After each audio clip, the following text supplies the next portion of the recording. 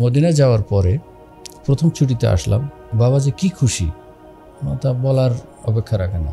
দ্বিতীয়বার যখন এই বিমানবন্দর থেকে যাব, আমি যখন ইমিগ্রেশন শেষ করে ঢুকছি, হঠাৎ করে আমার আব্বা হাত ধরে নিলেন। হাত ধরলেন তো আমি একটু চুমু নিলাম, উনিও চুমু দিলেন, আমিও চুমু দিলাম। দেওয়ার পর বললেন, বাবা আমার জানাজা পড়বে কে? হঠাৎ করে তুমি চলে যাচ্ছ, আমার জানাজা পড়বে কে? আমি বললাম যে এত দূর চিন্তা করতে হবে না, কে কখন মারা যাবে, কার জানাজা কেবল সেটা আল্লাহ রাব্বুল আলামিন জানেন, এত দূর চিন্তা করতে হবে। এই বলে চলে গেলাম, আর দেখা।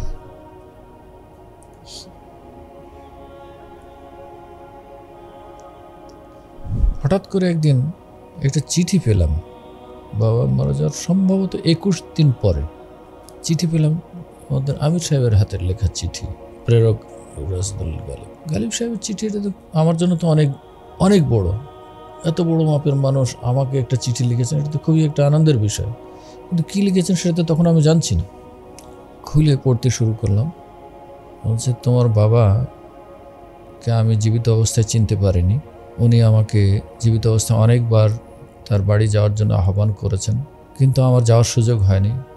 আজকে তার দাফন কার্যে মৃত্যুর ডাকে সাড়া দিয়ে এখানে যেতে আমি বাধ্য হলাম। তোমার বাবার জানাজা আমি শেষ করে আসলাম।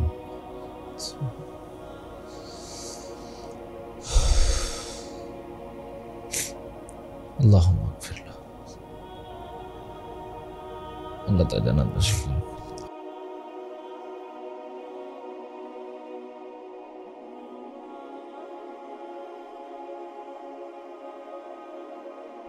শেখার জন্য বলছি, আমার অন্য ভাইরা যারা শুনবেন তাদের শেখার জন্য আমি বলছি যে কষ্ট না করলে হয়তো লক্ষ্য উদ্দেশ্যে পৌঁছায় কষ্টকর হবে। তো আমাকে যে ঘরে নিয়ে গিয়ে উঠালেন, বাইরের দিকে একটা পাটখড়ির বেড়া দেওয়া ঘর, উপরে খড়, ওইখানে নিয়ে গিয়ে বাইরের দিক থেকে ওই রশি দিয়ে মানে বন্ধ করা হচ্ছে, রশি দিয়ে গিট্টু দিয়ে বন্ধ হয়। এটা হচ্ছে ভিতরে ঢুকে যে একটা দড়ির খাটলা যেটাকে বলা হয়, যে দড়ির খাট। যাই হোক, ওখানে এমন একখান রুটি দিলেন যে রুটি আজ পর্যন্ত আর কোথাও খায়নি, দেখিনি। খেলাম, খেয়ে থাকলাম, আর মনে মনে করলাম যে আল্লাহ, এখানে কেমনে থাকবো।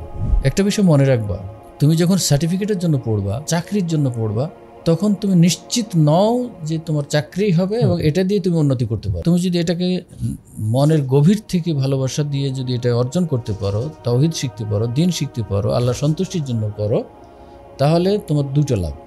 একটা হচ্ছে আল্লাহর সন্তুষ্টি লাভ করবা, আর আল্লাহ সন্তুষ্ট হলে তোমার রুজির জন্য চিন্তা করতে হবে। আজকেই বড় ভাইয়ের সাথে বলছিলাম যে ভাই, বাবাটাই কিন্তু তার কামনাগুলি আল্লাহ দিয়েছেন আমাকে। সুবহানাল্লাহ। পানের আমি তো জানি না, তুমি হাদা পানুন।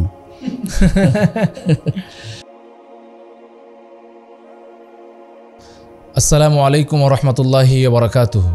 নাহমাদুহু ওয়া নুসাল্লি আলা রাসূলিহিল কারীম, আম্মা বাদ।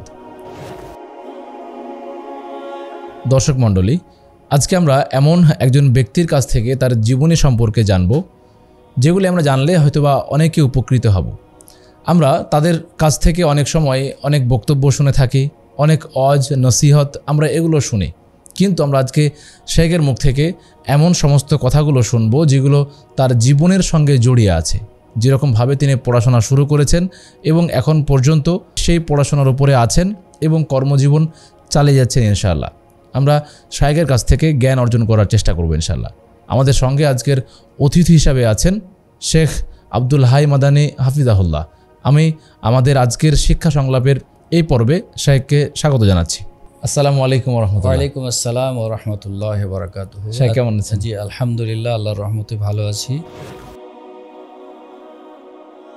হাদিস ফাউন্ডেশন শিক্ষা বোর্ড কর্তৃক আয়োজিত আজকের এই শিক্ষা সংলাপে আমাকে আমন্ত্রণ করার জন্য, হাদিস ফাউন্ডেশন শিক্ষা বোর্ডের সাথে যারা জড়িত আছেন, যারা আজকের এই অনুষ্ঠান ধারণ করার জন্য সময়, শ্রম এবং চিন্তা দিচ্ছেন, এবং যে সমস্ত দর্শক ও শ্রোতা এখন দেখছেন এবং ভবিষ্যতে দেখবেন, সকলকে আমি আমার পক্ষ থেকে আন্তরিক মোবারকবাদ জানাই এবং উত্তরোত্তর এর উন্নতি এবং অগ্রগতি কামনা করি। ইনশাআল্লাহ ইনশাআল্লাহ। জাযাকাল্লাহু খাইরান। জাযাকুমুল্লাহু খাইরান।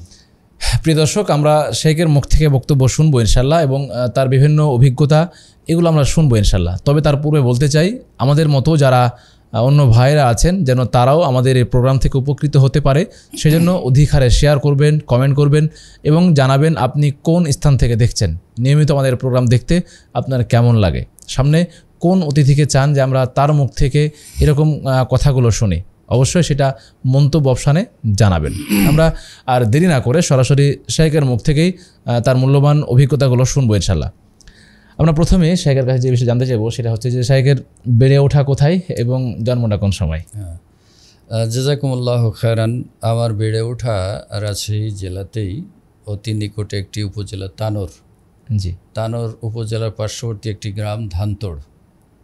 এখানে আমরা জন্মগ্রহণ এবং বসবাস, সেখান থেকেই লেখাপড়া আস্তে আস্তে শুরু। আমার বাবা একজন কৃষক মানুষ, আচ্ছা, কিন্তু আল্লাহর রহমতে তার চিন্তা এবং চেতনা ছিল অনেক উন্নত এবং দেশের প্রায় আহলে হাদিস ঘরানা আলেমদের সাথে তার বেশ সম্পর্ক ছিল।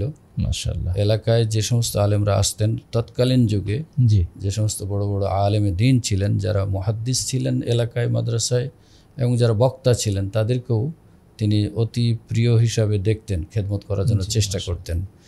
আমার বাবার 7 ছেলে এবং 5 মেয়ে, একই মায়ের। আমি ভাইদের মধ্যে 5 নাম্বার, মানে শেষ না, আমার পরে ভাইদের মধ্যে শেষ, ভাইদের মধ্যে 5 নাম্বার। জি। আর আমার পরে আরো 2 ভাই আছে, জি, এবং আরো 2 বোন আছে। জি। 7 ভাই 5 বোনের মধ্যে এক বোন আমি দেখিনি, ছোটবেলাতেই মারা গিয়েছেন।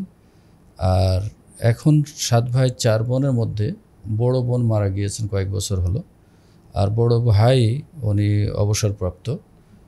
এখন প্রায় বার্ধক্যজনিত কারণে এখন আর তেমন বের হতে পারছেন না। উনি ব্যাংকার ছিলেন। জি। মেজো ভাই গ্রামেই থাকেন, উনি জমি জমা দেখাশোনা করেন। সব ভাইয়ের জমি জমা উনি রক্ষণাবেক্ষণ করেন, নিজে করেন না কিন্তু রক্ষণাবেক্ষণ করেন। উনিও ডিগ্রি পাস। এরপরে 3য় নম্বর ভাই, উনিও পাশেই তানোরের পাশে একটি মাদ্রাসায় শিক্ষকতা করতেন। গত সম্ভবত 2-3 বছর আগে অবসরে গিয়েছেন।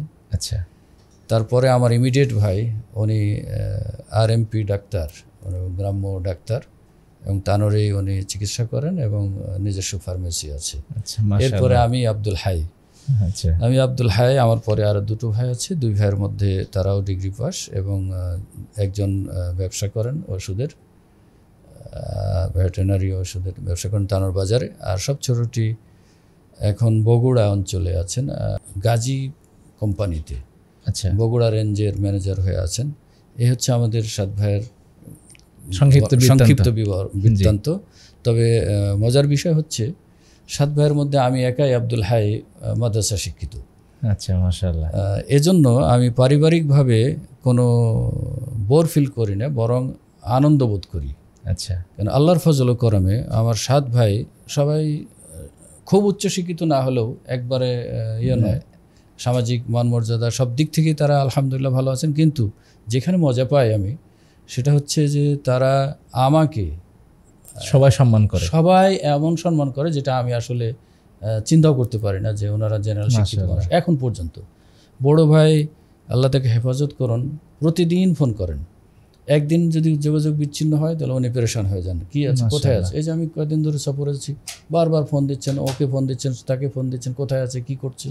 এই যে ভাই ভাইদের মধ্যে আল্লাহর ফজল করমে মহাব্বত। এবং দেখেছি যে এমনকি তারা আমার হাতে ব্যাগটাও নিতে দেন না, মাশাআল্লাহ, সব ভাই আলহামদুলিল্লাহ। এটা আমি মনে করি আমার যোগ্যতার জন্য নয়, শুধুমাত্র আল্লাহর কালামের কারণে, দ্বীনের কারণে। জি জি, এটাই আমি মনে করি।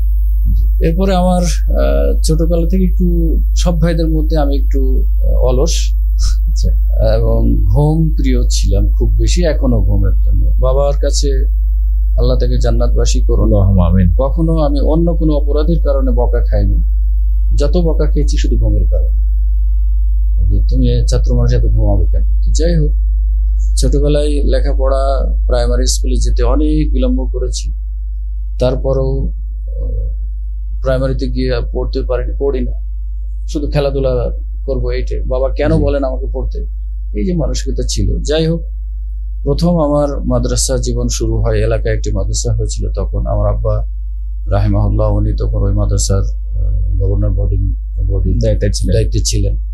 সেই মাদ্রাসায় ভর্তি হলাম, দেবীপুর দারুল হুদা রহমানিয়া মাদ্রাসা, তানোর থেকে 2 কিলোমিটার পশ্চিম দিকে মন্ডমালা রোডে।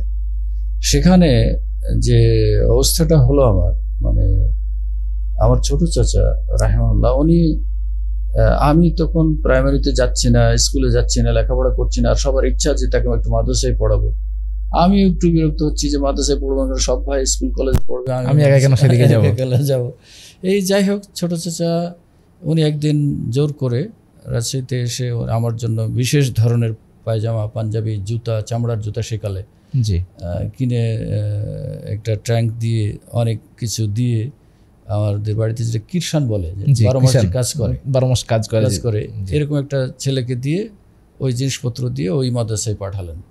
এবং ওখানে উনি মাদ্রাসার মুহতামিম যিনি ছিলেন আব্দুল খালেক রহমানি রাহিমাহুল্লাহ, উনি কাকন এলাকার ছিলেন। উনি খুব মিশুক ছিলেন এবং ছাত্রদেরকে কন্ট্রোল করার মতো যথেষ্ট ছিল। কিভাবে একজন বিমুখ হয়ে যাওয়া ছাত্রকে ফিরিয়ে নিয়ে আসতে হয়, আমি ওনার কাছ থেকে এটা শিখেছিলাম, পেয়েছিলাম, অনেক কিছু পেয়েছিলাম। তো যাই হোক, ওনাকে ফোন করে বলে আসছেন যে আমার কাছ থেকে পাঠাবো, একটু দেখেন। তো যাই হোক গেলাম, উনি পাশে একটা লজিংয়ের ব্যবস্থা করে দিলেন। সাথে সাথে মজার বিষয় হলো যে উনি প্রতিদিন বিকেলে ছাত্রদেরকে নিয়ে হাঁটতে বেরোতেন, প্রতিদিনই, আজকে এইদিকে কালকে ওইদিকে এরকম করতেন। আর দুপুরবেলায় ক্লাস ছুটি দিয়ে দিতেন একটু আগেই, দিয়ে সবকে নিয়ে কোনোদিন হাডুডু খেলাতেন, কোনোদিন সাঁতার করাতেন, এইভাবে ছেলেদেরকে উৎসাহিত করাতেন। আর সপ্তাহের শেষের দিনে যারা আশপাশে তারা চলে যেত, দূরে যারা থাকতো তাদেরকে নিয়ে বললো 5-10 টাকা করে যে যা পারো দাও, দিয়ে মুরগি নিয়ে আসো, এখানে রান্নাবান্না করি, পোলাও একসাথে খায়, পিকনিকের মতো হতো। তাতে ছেলেরা একটু বাড়ি যাওয়ার যে একটা চিন্তা থাকে সেটা কমে যেত। কিন্তু এতেও আমার মন হয় না, মনে হয় না যে আমি কখন বাড়ি যাব। বিকেলবেলায় মাঠের বাইরে গিয়ে গ্রামের দিকে তাকাইতাম আর কাঁদতাম একা একাই। আচ্ছা, পড়া ভালো লাগে না, মানে কি একটা বাইরের বাড়িতে থাকবো, অন্যের বাড়িতে থাকবো, মানসিকভাবে ভালো। তো যাই হোক, এদিকে বাবা মার অনেক পেরেশানি, পরিবারের সবাই চিন্তা করছে আমাকে নিয়ে, যে সবাই লেখাপড়া করে, ওখানে করে না, হ্যাঁ, অন্য ছেলেদের সাথে মিশি। যাই হোক, সেখানে খুব সম্ভবত আমার যতটুকু মনে আছে 81 সালের শেষের দিকে অথবা 82 শুরুর দিকে সেখানে ভর্তি হই। আচ্ছা, ভর্তি হওয়ার পরে থাকি কোনো রকমে, যাই হোক 2 বছর গেল। ওখানে হাতে খড়ি পেলাম ওনার কাছে, এবং অন্যান্য ওস্তাদ যারা ছিলেন সবাই কিন্তু আমাকে ভালোবাসতেন। এটা একটা বড় প্রাপ্য ছিল আমার, কারণ আমি ওরকম কোনো কারোর সাথে ওরকম কোনো আচরণ করিনি যার কারণে আমাকে অন্যভাবে দেখবে। আলহামদুলিল্লাহ, কেন পারিবারিকভাবে সবসময় আদবের বিষয়টি আমাদেরকে শেখানো হতো, বাবা মা আত্মীয় স্বজন সবাই এটা শেখাতেন।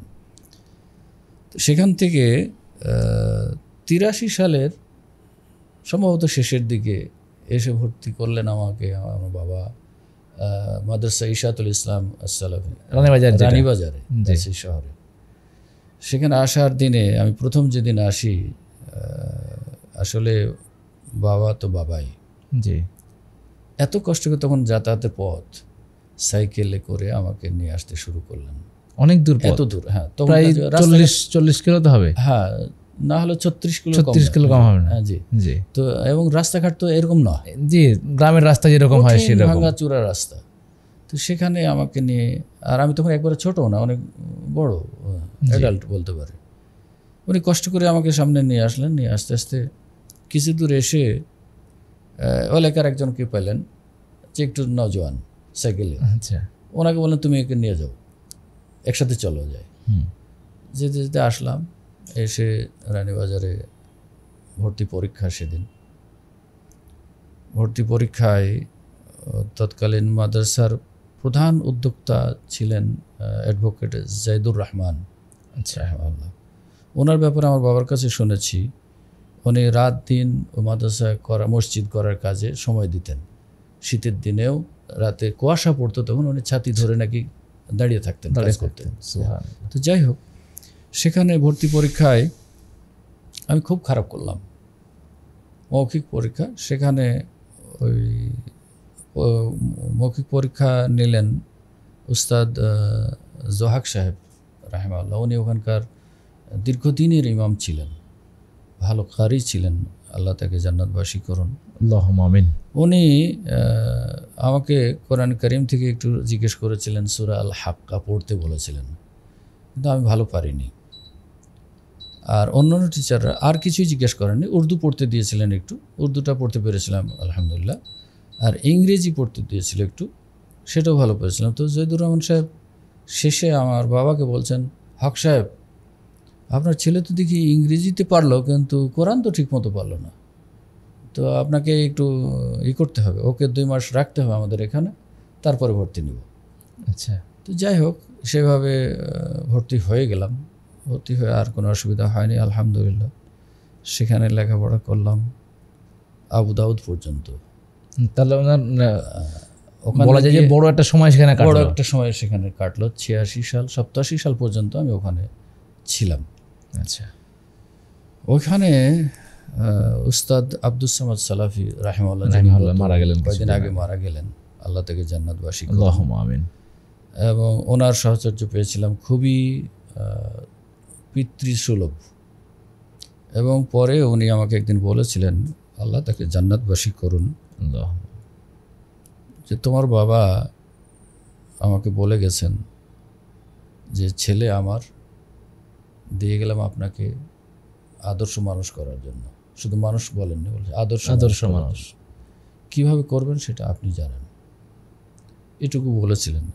ওই নসিহতটা কথাটা আমি প্রায় মনে রাখার চেষ্টা করতাম, তাতে যেন ওনারও সম্মান রক্ষা থাকে, পিতারও, আমার বাবারও যেন সম্মান রক্ষা হয়, সেজন্য আমি সার্বিক চেষ্টা করতাম। কিন্তু পড়ালেখায় খুব অমনোযোগী ছিলাম, অলস ছিলাম খুব বেশি। মেধা যে একবারে খারাপ ছিল তাও নয়, কিন্তু অমনোযোগী ছিলাম বেশি।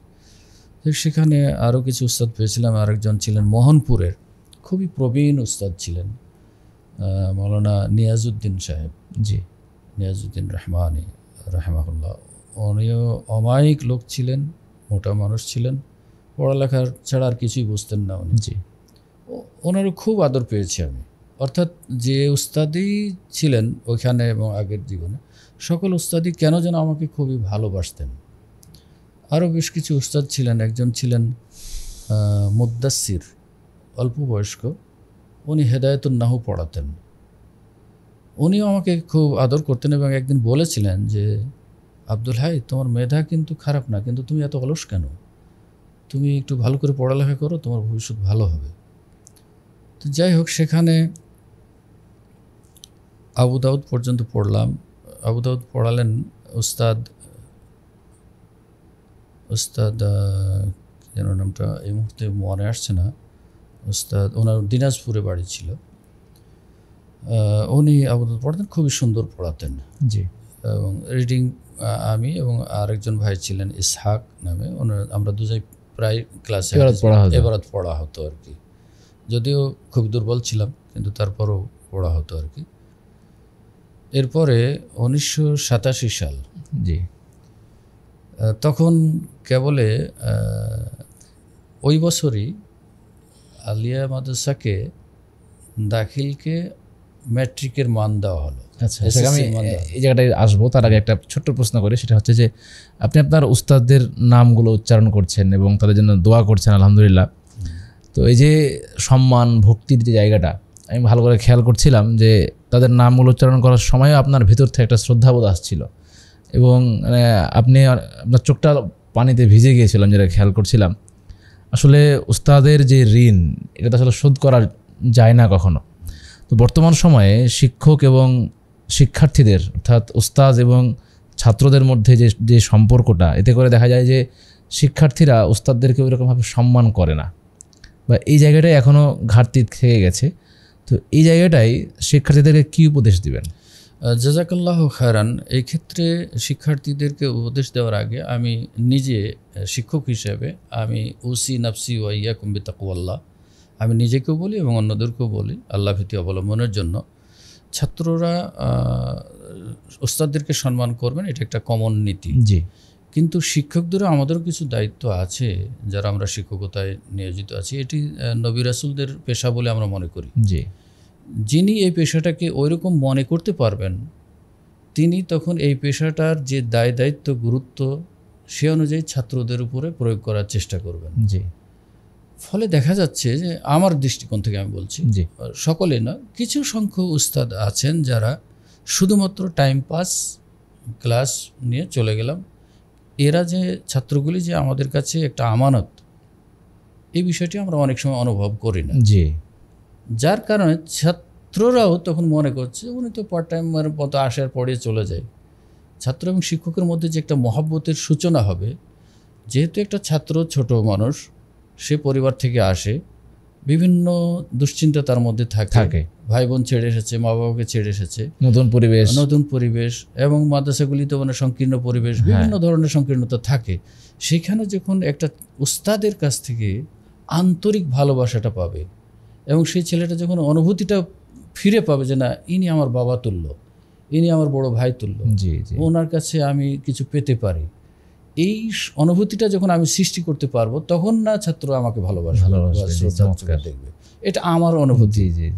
তো ঠিক আমি যে সমস্ত শিক্ষকদেরকে পেয়েছি রাহিমাহুমুল্লাহ, তাদের মধ্যেও এই অনুভূতিটি ছিল অধিকাংশের মধ্যে এটা ছিল বলে আমি মনে করি। তো এখন আমি মনে করি ছাত্র ভাইয়েরা শুধু উস্তাদের দোষ খুঁজবো না, বরং উস্তাদ যদি ভুলও করেন, উস্তাদকে ভুল করেছেন এই কথাটা আমি কখনো মনে করি না, উস্তাদ ভুল করেছেন এটা আমি মনে করি না। কিন্তু আমি আমার জায়গা থেকে যদি আমি নৈতিকতার দিক থেকে, উস্তাদ মানেই আমার পিতৃতুল্য। জি। পিতা আমাকে শুধু জন্ম দিয়েছেন, খাবার দাবার দেন, পোশাক দেন, কিন্তু নৈতিকতার চক্ষু দেন শিক্ষক প্রতিষ্ঠান। জি। সুতরাং এইটার কারণে তো আমার জান্নাতের পথ প্রশস্ত হবে। এই অনুভূতি যখন আমি সৃষ্টি করতে পারবো, তখন উস্তাদদের প্রতি আমারও ভালোবাসা বাড়বে বলে আমি আশা করি। জি, ইনশাআল্লাহ। আমি আশা করি, আমার চিন্তা। তাহলে সেখানে আমরা দুইটা বিষয় বুঝতে পারলাম। একটা হচ্ছে শিক্ষকদেরকে অবশ্যই তার ছাত্রদেরকে একদম নিজের সন্তানের মতো করে নিজের সেই ভালোবাসা দিয়ে, সেই ভালোবাসা যদি আমি দিতে না পারি, উনিও আমাকে তার কাছ থেকে ওই ফিডব্যাকটা আসবে না, পাবো না। জি, আবার স্বাভাবিক। জি জি। আবার ছাত্ররা যেটা করবে সেটা হচ্ছে যে তাকে শুধুমাত্র শিক্ষক না, যেমন পিতা অনেক সময় দেখা যায় যে বকাঝকা করেন, আবার তিনিও অনেক ভুল করেন, কিন্তু আমরা সেটা স্যাক্রিফাইস করে দিই যে না, উনি না বলতেই পারেন, আমরা এই জায়গাটা একটু চুপ থাকি। তো ওই দৃষ্টিকোণ থেকেও আমরা শিক্ষককে সম্মান অবশ্যই করবো। আরেকটা বিষয় মনে রাখতে হবে যে শিক্ষক, যদি অলরেডি বলে ফেলেছি যে শিক্ষকরা কিন্তু আমাকে অন্ধকারাচ্ছন্ন জীবন থেকে আলোর পথে নিয়ে যায়, আলোর পথে নিয়ে আসবেন। এবং ওনাদের আচরণে আমার ভবিষ্যৎ নির্ভর করছে। জি। হয়তো আমি বাড়িতে থাকলে বাবার সাথে কৃষিকাজ করতাম, হাল চাষ করতাম, কিন্তু এখানে পরিবেশ থাকার কারণে আমি একটা সুন্দর পরিবেশ পেয়েছি, ওস্তাদদের সাহচর্য পেয়েছি, অতএব ওনাদেরকে আমাকে মূল্যায়ন করতে হবে। এটি আমার এই ক্ষেত্রে জাযাকুমুল্লাহ খায়র। তো যেটা বলছিলাম যে 1987 সালে তখন হোসেন মোহাম্মদ এরশাদ সাহেবের সরকার ছিল। উনি প্রথম ঘোষণা করলেন যে আলিয়া মাদ্রাসাগুলিকে তখন দাখিলকে মান দেওয়া হবে এসএসসির, যার ফলে যারা এই কওমি মাদ্রাসায় পড়তাম এবং দাখিল পড়তাম, সবাই ঝুঁকে পড়তে শুরু করলো আলিয়ার দিকে। তো বিষয়টি আমি আমার বাবাকে অনুভব করানোর জন্য চেষ্টা করলাম, একটু বলতে চেষ্টা করলাম। একদিন বাড়িতে ঘরে বসে বলছিলাম, তো উনি বললেন যে তুমি আলিয়াতে যাবে কেন? আমি, মাও ছিলেন, আমি বললাম যে আমাকে যে লাইনে দিয়েছেন, আমার বাকি 6 ভাই এর বিপরীত, আমি একা একদিকে, আর যে লাইনে দিয়েছেন সেখানে ইমামতি করে খাওয়া ছাড়া কিছু নাই। তখনকার এই টেন্ডেন্সিটা এরকম ছিল, এই শব্দগুলি আমি বলেছিলাম। তখন তিনি যে কথাগুলি বলেছিলেন, এখন আমি প্রতিদিন সেই কথাগুলি অনুভব করি। তিনি বললেন যে দেখো, তুমি যদি দুনিয়া লাভের জন্য পড়তে চাও তাহলে আলিয়াতে যেও না, অন্যান্য ভাইয়েরা স্কুল কলেজে পড়ছেন, তুমিও স্কুল কলেজে যাও। আর যদি মনে করো না আমি আল্লাহর সন্তুষ্টির জন্য লেখাপড়া করব, তাহলে আমি যেটা বলছি সেটা করো। এবং বললেন একটা বিষয় মনে রাখবা, তুমি যখন সার্টিফিকেটের জন্য পড়বা, আলিয়ায় পড়ো আর স্কুল কলেজে পড়ো, সার্টিফিকেটের জন্য পড়বা, চাকরির জন্য পড়বা, তখন তুমি নিশ্চিত নও যে তোমার চাকরি হবে এবং এটা দিয়ে তুমি উন্নতি করতে পারবা। কিন্তু আমি যেটা বলছি, তুমি যদি এটাকে মনের গভীর থেকে ভালোবাসা দিয়ে যদি এটা অর্জন করতে পারো, তাওহীদ শিখতে পারো, দ্বীন শিখতে পারো, আল্লাহ সন্তুষ্টির জন্য করো, তাহলে তোমার দুটো লাভ। একটা হচ্ছে আল্লাহর সন্তুষ্টি লাভ করবা, আর আল্লাহ সন্তুষ্ট হলে তোমার রুজির জন্য চিন্তা করতে হবে না। এবং যে শব্দগুলি বলেছিলেন সেটা হলো যে তুমি যদি আল্লাহর সন্তুষ্টির জন্যই লেখাপড়া করো, তাহলে তোমাকে কারো কাছে যেতে হবে না, বরং জনগণ এসে তোমাকে নেওয়ার জন্য গাড়ি নিয়ে দাঁড়িয়ে থাকবে। সুবহানাল্লাহ। গাড়ি বাড়ি চিন্তা করতে হবে না, তুমি দাঁড়িয়ে থাকবা, তোমার জন্য গাড়ি আসবে, তোমাকে নিয়ে যাবে। এই শব্দগুলি বলেছিলেন। বাস্তবতা তাই হচ্ছে। তো আল্লাহর ফজল করো। এই জন্য আজকেই বড় ভাইয়ের সাথে বলছিলাম যে ভাই, বাবাটাই কিন্তু তার কামনাগুলি আল্লাহ দিয়েছেন আমাকে। সুবহানাল্লাহ।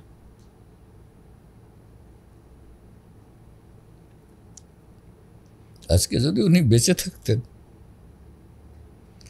আর এই যে তার যে কামনা ছিল, আশা ছিল, সেটা যখন উনি দেখতেন ঘরে বসে, অত্যন্ত খুশি হতেন।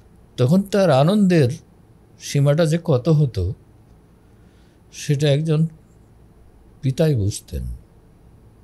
আমরা বুঝতাম। উনি একটা কথাও বলতেন যে দেখো, বাবা না হলে বাবার মর্যাদা বুঝবে না। তাই আজকে মানুষ গাড়ি পাঠাচ্ছে, বিমানের টিকিট পাঠাচ্ছে। আমি মনে করি এখানে আমার কোনো যোগ্যতা নাই, আমার কোনো কৃতিত্ব নাই, সম্পূর্ণ আল্লাহ রাব্বুল আলামিনের বিশেষ রহমত, পিতার দোয়া, অতঃপর পিতামাতার দোয়া এবং উস্তাদ মাশায়েখদের আন্তরিক দোয়া ও ভালোবাসা এবং প্রচেষ্টা, এছাড়া আমার কিচ্ছু নেই। আর আজকে যে আপনাদের সামনে এই কথাগুলি, আপনাদের আহ্বানে আমি সাড়া দিয়েছি, এখানে কিছু শোনানোর মতো, গল্প করার মতো আমার কিছু নাই জীবনে। কিন্তু আমি যে কারণে আপনাদের সাথে সম্মত হয়েছি সেটি ছিল, আমি যে সুযোগ থাকা সত্ত্বেও ভুল করেছি জীবনে। আজকে যারা এই কথাগুলি শুনবেন তারা যেন এই ভুলগুলি না করেন। মূলত আমার এখানে উপস্থিত হওয়ার উদ্দেশ্য এটুকুই, আপনাদের আহ্বানে সাড়া দেওয়ার উদ্দেশ্য। কেননা আমার জীবনে এরকম কিচ্ছু নাই যে আমি শোনাবো মানুষকে, ভালো কিছু শোনাবো, এরকম কিছু নাই। যেটা বলছিলাম, তো পরে উনি ওই কথা আমাকে বললেন যে তুমি যদি সত্যি দুনিয়ামুখী পড়তে চাও তাহলে আলিয়াতেও পড়ো না। আলিয়াতে কিছু নেই, না আছে দিন না আছে দুনিয়া। বরং তুমি যদি ওটাই উদ্দেশ্য হয় তাহলে তুমি অন্য ভাইদের মতো স্কুল কলেজে পড়ো। তখন সব ভাই, আমরা 7 ভাই একসাথে, বড় ভাই তখন অবশ্য চাকরি করেন, কিন্তু বাকি অন্যান্য ভাইয়েরা প্রায় কেউ মেজো ভাই এবং সেজো ভাই ওনারা চাকরি করেন, বাকিরা লেখাপড়াই করি আমরা সবাই। তো যাই হোক, শেষ পর্যন্ত ওনার কথাকে মূল্যায়ন করলাম। ওর মাদ্রাসায় রানীবাজারে পড়তে থাকলাম। কয়েকবার অ্যাটেম্প নিলাম যে আমি পরীক্ষা দিব, দাখিল পরীক্ষা, কিন্তু ওনার ওই কথা বারবারই হয়। উস্তাদ আব্দুস সামাদ সালাফি আল মাদানী রাহিমাহুল্লাহ, উনিও একদিন নসিহাত করতে করতে, ছাত্রদের নসিহত করতে করতে আমার বাবা যে কথাগুলি বলেছিলেন আমাকে, হুবহু উনি ওই ধরনের বক্তব্য দিলেন যে তোমরা দুনিয়ার জন্য, কারণ ওই সময় একটা টেন্ডেন্সি হয়ে গেছিলো ছাত্রদের মধ্যে, সবাই আলিয়াতে চলে যেতেছে। তখন উনি একদিন নসিহত করতে গিয়ে এই কথা বলেছিলেন। তখন আমি ভাবলাম যে উস্তাদের কথা আর আমার বাবার কথা তো একই হয়েছে। এরপরে উস্তাদ একদিন আমাকে, ও যেটা বললাম যে আমার বাবা ওনাকে বলে গিয়েছিলেন এই কথা। তারপরে যাই হোক, বাবার অসম্মতিতেই, পরিবারের কাউকে না জানিয়ে আমি একাই গোপনে রেজিস্ট্রেশন করলাম। আচ্ছা। এবং পরীক্ষা দিতে যাব, তখন মান্দা থানার একটা মাদ্রাসা থেকে নাম রেজিস্ট্রেশন করেছিলাম কোনো এক ভাইয়ের মাধ্যমে। আমরা গিয়ে, আমি, আমাদের এদিকে কাকুন এলাকার 2টি ভাই, এক ভাইয়ের নাম জামাল উদ্দিন আর এক ভাইয়ের নাম মঞ্জুর, আমরা এই 3 জন গিয়ে ওখানে রেজিস্ট্রেশন করলাম গোপনে, এই মাদ্রাসারই ছাত্র। পরীক্ষা দিতে গেলাম, তখন বাড়িতে পরীক্ষা দিতে যাওয়ার কয়েকদিন আগে বাড়িতে গিয়ে বলে আসলাম মাকে যে মা আমি এইভাবে রেজিস্ট্রেশন করেছি, পরীক্ষা দিতে যাব, দোয়া করেন। বাপজানও শুনলেন, আমরা বাপজান বলতাম। শুনে উনি একটু দুঃখ করলেন, আবার সাহসও জোগালেন যে ঠিক আছে, তুমি আমার এটা মানো না, তুমি দাও, যোগ্যতা অর্জনের দরকার আছে। এই বলে পরীক্ষা দিতে গেলাম। ওখানে আমরা 3 জন একটা রুমে থাকতাম, রান্নাবান্না নিজেরাই করতাম, কাউকে যেহেতু বলিনি কাউকে নিয়ে যায়নি হেল্প হ্যান্ড হিসাবে। জি। পরীক্ষা শেষ করে আসলাম, ইতিমধ্যে জানাজানি হয়ে গেল যে সে পরীক্ষা দিয়েছে। এভাবে রেজাল্ট তো তখন 2.5-3 মাস পরে হতো। রেজাল্ট তাই হয়। রেজাল্ট হলো, এবার পত্রিকা আসছে, খবরে বলেছে যে দাখিল পরীক্ষার রেজাল্ট হয়েছে। রেজাল্ট ওই হাঁটতে হাঁটতে গিয়ে, রানীবাজারে থাকতাম তখন, হাঁটতে হাঁটতে গিয়ে রহমানি হোটেলের সামনে একটা পত্রিকায় আমার রোল নাম্বারটা খুঁজতে শুরু করলাম, দেখি পাই কিনা। তো আলহামদুলিল্লাহ পেলাম যে 2য় বিভাগে পাস করেছে। এদিকে বাড়িতে ওনারা সবাই টেনশন করছে যে সে পরীক্ষা দিয়েছিল, কি অবস্থা, কি হচ্ছে, কোনো খবর পাচ্ছি না। 1 সপ্তাহ পার হয়ে গেছে, কিন্তু বাড়িতে কেউ জানে না যে আমি পাস করেছি কি না ফেল করেছি, কেউ জানছে না। ইতিমধ্যেই পাড়াতে 2-1 ভাই আমার সমবয়সী এবং কিছু জনের বাইরে ওরা বলা করেছে নিশ্চয়ই ফেল করেছে, নাহলে এতক্ষণ কি আর খবর থাকে। এই কথাটা বাবার কষ্ট পেয়েছে। উনি খবর নেওয়ার জন্য চলে আসছেন রাজশাহীতে। এসে আমি যখন বললাম যে আলহামদুলিল্লাহ আমি 2nd ক্লাস পেয়েছি, মানে কী যে খুশি হলেন, যিনি মানা করছিলেন পরীক্ষা দিতে তিনি কী যে খুশি হলেন সেটা ওনার চেহারা দেখে বুঝেছিলাম তখন। এরপরে রানীবাজারে তখন আইন কানুন শুরু হতে লাগলো যে যারা এই মানে কোকিলের বাসায় কাকে ডিম দেবে এটা হবে না, মানে ওখানে থেকে দাখিল পরীক্ষা দেবে আর এখানে পড়বে এটা হবে না, এরকম একটা আইন কানুন হতে লাগলো। তখন কি করা যায়, আমরা 3 জন মিলেই এটা পরিকল্পনা। তখন বাংলাদেশ আহলে হাদিস যুব সংঘের সভাপতি ছিলেন উস্তাদ আবু বকর রাহিমাহুল্লাহ। উনি একটা মাদ্রাসার প্রিন্সিপাল ছিলেন এবং সেই মাদ্রাসায় আমাদের পরিচিত কিছু ভাইয়েরা, আমাদের এখানে যে ছিলেন আমিনুল হক মারা গেলেন, সে আমার কিন্তু পাশের গ্রামের এবং খুবই কাছাকাছি, মনের দিক থেকে কাছাকাছি ছিলাম আমরা। তো সেও ওইখানে ছিল। তো আবু বকর সাহেব বললেন যে তোমাদের এখানে এই করছে আর আমারও একটু আলেমের ছাত্রর দরকার, তো তোমরা যদি আসো তাহলে ভালো হয়। আমরা 3 জন যুক্তি করে ওনার মাদ্রাসায় গেলাম। সেটা হচ্ছে মেহেরপুর, কুষ্টিয়া মেহেরপুর যে হাড়াভাঙ্গা গ্রাম,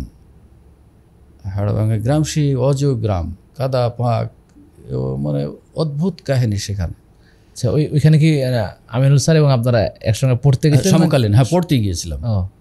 আমিনুল, তার মানে তাহলে তো গোদাগাড়ির আরেকজন যিনি আছেন তোফাজ্জল, তারপরে আরেকজন মোজাম্মেল, জি জি জি, আরেকটা কে নাম ছিল, তোফাজ্জল, মোজাম্মেল, আর আমিনুলদের গ্রামের আরেকটা ছেলে ছিল আব্দুল বারি সম্ভবত। এর আগে গিয়েছিল, পরে আমরা গেলাম আর কি। যাই হোক, সেখানকার আরেক মজার ইতিহাস, এই শহর থেকে গেলাম গ্রামে। সেই গ্রাম তো এমন গ্রাম, যেতে যেতে যেতে কাদা পাক, একটা ঘোড়ার গাড়ি ছই তোলা ওই রাস্তা দিয়ে যাতায়াত করতো, আর নাহলে যাদের নিজস্ব গরু গাড়ি আছে, মহিষের গাড়ি আছে, এই রাস্তা দিয়ে এত কাদা পাক যে যাওয়া মুশকিল। বাস থেকে নেমে এইভাবে হাঁটতে হাঁটতে যেতে হতো, আর না হলে ওই ঘোড়ার গাড়িতে উঠতে হতো। ঘোড়া গাড়িতে ওঠা মানে কাদা পাকে ভরে তারপরে যেত। যাই হোক, গেলাম সেখানে, মাদ্রাসায় থাকতে দিলেন। বর্ষার দিন, কাদা পাক, কোথা থেকে খাবার নিয়ে এসে দিতেন মাদ্রাসায়, খেতাম। ওখানে তো আসলে হোস্টেল সিস্টেম নাই, জায়গির থাকে। তো আমিনুল রাহিমাহুল্লাহ সে যেখানে থাকতো, ওর পাশের বাড়িতে আমার জায়গির হলো। সেটা হলো কিভাবে, উস্তাদ আর মজার বিষয় হচ্ছে আজকে যে আমাদের আহলে হাদিস আন্দোলন বাংলাদেশের সেক্রেটারি জেনারেল অধ্যাপক নুরুল ইসলাম, ওস্তাদ নুরুল ইসলাম হাফিজাহুল্লাহ, উনি কিন্তু ওইখানকার তখন ভাইস প্রিন্সিপাল। মাশাআল্লাহ। এই সাংগঠনিক টানে প্রিন্সিপাল হচ্ছেন সভাপতি, যুবসংঘের সভাপতি। জি। আর ইনিও সম্ভবত যুবসংঘের কোনো দায়িত্বে ছিলেন ওই সময়, আমার এই মুহূর্তে মনে নেই, সম্ভবত সেক্রেটারি ছিলেন। তার মানে আমিনুল স্যার এবং আপনারা সেক্রেটারি স্যারের সরাসরি ছাত্র হচ্ছেন? জি, আমি সরাসরি ছাত্র, আমিনুল সরাসরি ছাত্র। তো যাই হোক, ওখানে থাকলাম, অন্যান্য সবার জায়গার হয়ে গেল আস্তে আস্তে, কিন্তু আমারটা হয় না। এবং আমাকে নিয়ে ওনারা যে আমাকে এত বড় মনে করেছেন, যেটা আমি পরে ওনাদের অনেকের কাছে শুনেছি আর কি। তো একজন উস্তাদ ছিলেন রেজাউল্লাহ, উস্তাদ রেজাউল্লাহ, উনি বিভিন্ন মসজিদে গিয়ে খুতবা দিতেন আর বলতেন যে আমাদের ছাত্র আছে, লজিং নিতে হবে। তো ওই মসজিদে গিয়ে খুতবা দিয়েছেন পাশের গ্রামে, হাড়াভাঙ্গার পাশের গ্রামে সাহেবনগর। খুতবা দিয়ে আমাদের ব্যাপারে যা বলার উনি যত বেশি বলার বলে ফেলেছেন, হয়তো যতটুকু না তার চাইতে অনেক বেশি বলেছেন।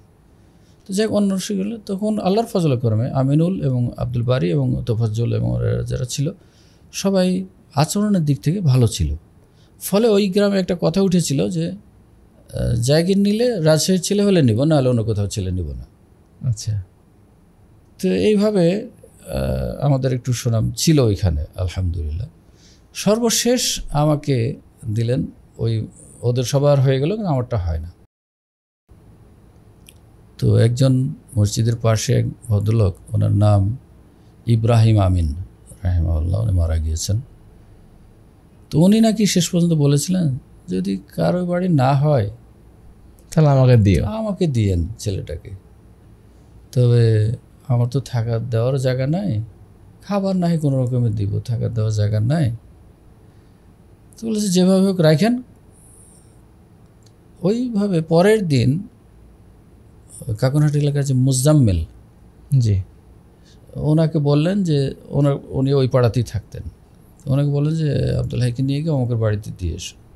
তো দুপুরবেলায় ক্লাস শেষে ওনার সাথে গেলাম, গিয়ে বলছে এই বাড়িটা হলো ভিতরের দিকে একটা পাকা ঘর পুরাতন, আর বাকি ঘর এখানে একটা ঘর, ওইখানে একটা ঘর, সাইডে বেড়া, উপরে খড়, ছাউনি দেওয়া, একটু মাটি দিয়ে উঁচু করে। তো আমাকে যে ঘরে নিয়ে গিয়ে উঠালেন, বাইরের দিকে একটা পাটখড়ির বেড়া দেওয়া ঘর, উপরে খড়, ওইখানে নিয়ে গিয়ে বাইরের দিক থেকে ওই রশি দিয়ে মানে বন্ধ করা হচ্ছে, রশি দিয়ে গিট্টু দিয়ে বন্ধ হয়, এটা হচ্ছে দাঁড়িয়ে নিয়ে গিয়ে ওখানে ঢুকলাম। ভিতরে ঢুকে যে একটা দড়ির খাটলা যেটাকে বলা হয়, যে দড়ির খাট, ওখানে আমাকে বসতে দিলেন। ওখানে আরেক ভাই ওই বাড়ির এক ছেলে শোয়া ছিল বয়সে। তো নিয়ে এসে দুপুরবেলায়, এগুলো আমি কাউকে ছোট করার জন্য বলছি না, বরং আমি অন্তর থেকে তাদের জন্য দোয়া করি সবসময়, এবং তারা যে আমাকে কি ভালোবাসা দিয়েছেন এবং তাদের সহযোগিতা যে আমার কত উপকার হয়েছে জীবনে, আজকে এই পর্যন্ত আসার ক্ষেত্রে তাদেরও ভূমিকা অনেক বেশি। কিন্তু শেখার জন্য বলছি, আমার অন্য ভাইরা যারা শুনবেন তাদের শেখার জন্য আমি বলছি যে কষ্ট না করলে হয়তো লক্ষ্য উদ্দেশ্যে পৌঁছা কষ্টকর হবে। যাই হোক, ওখানে এমন একখান রুটি দিলেন যে রুটি আজ পর্যন্ত আর কোথাও খায়নি, দেখিনি। খেয়ে থাকলাম আর মনে মনে করলাম যে আল্লাহ, এখানে কেমনে থাকবো, নামলেই কাদা, ভেতরে বদনায় ইন্দারা থেকে পানি তুলে পা ধুয়ে আসতে হবে, আর নাহলে মসজিদে গিয়ে টিউবওয়েল থেকে পা ধুয়ে আসতে হবে, কিন্তু আস্তে আস্তে আবার কাদা। যাই হোক, ওখানে থাকতে লাগলাম আল্লাহ, কিন্তু আমি মনে কোনো আমি দুশ্চিন্তা আনিনি। আমি এসেছি আমাকে পড়াশোনা করতে হবে, পার হয়ে যেতেই হবে আমাকে। কিছুদিন পরে ওই ঘরটা আর আমার জন্য হলো না বরাদ্দ, ওর বাইরে আরেকটু রাস্তার ধারে এসে সেম ঘর আরেকটা করলেন, উপরে খড়, সাইডে পাটখড়ির বেড়া, আর একটা টিনের দরজা, ওই ভিতরে রশি দিয়ে বেঁধে রাখতে হয়। হ্যাঁ, এরকম একটা দরজা করলো। এই দরজা থেকে নেমে একদম সাথে সাথে কাদা, এমন কাদা ওইখানে যে এত গরু গাড়ি যায় যে পুরো চাকাটা ডুবে যায়, এরকম অবস্থা, এত কাদা। যাই হোক, আমরা আরও কয়েকজন ছিলাম। আরেকজন ছিল মান্দা থানার রফিকুল ইসলাম, রাহিমাহুল্লাহ, সে মারা গিয়েছে 93 সালের সম্মেলনে। এখানে যে সম্মেলনটা হয়েছিল সেই সম্মেলনে আমিনুল, আমি এবং ওই রফিকুল খাবারের দায়িত্বে ছিলাম।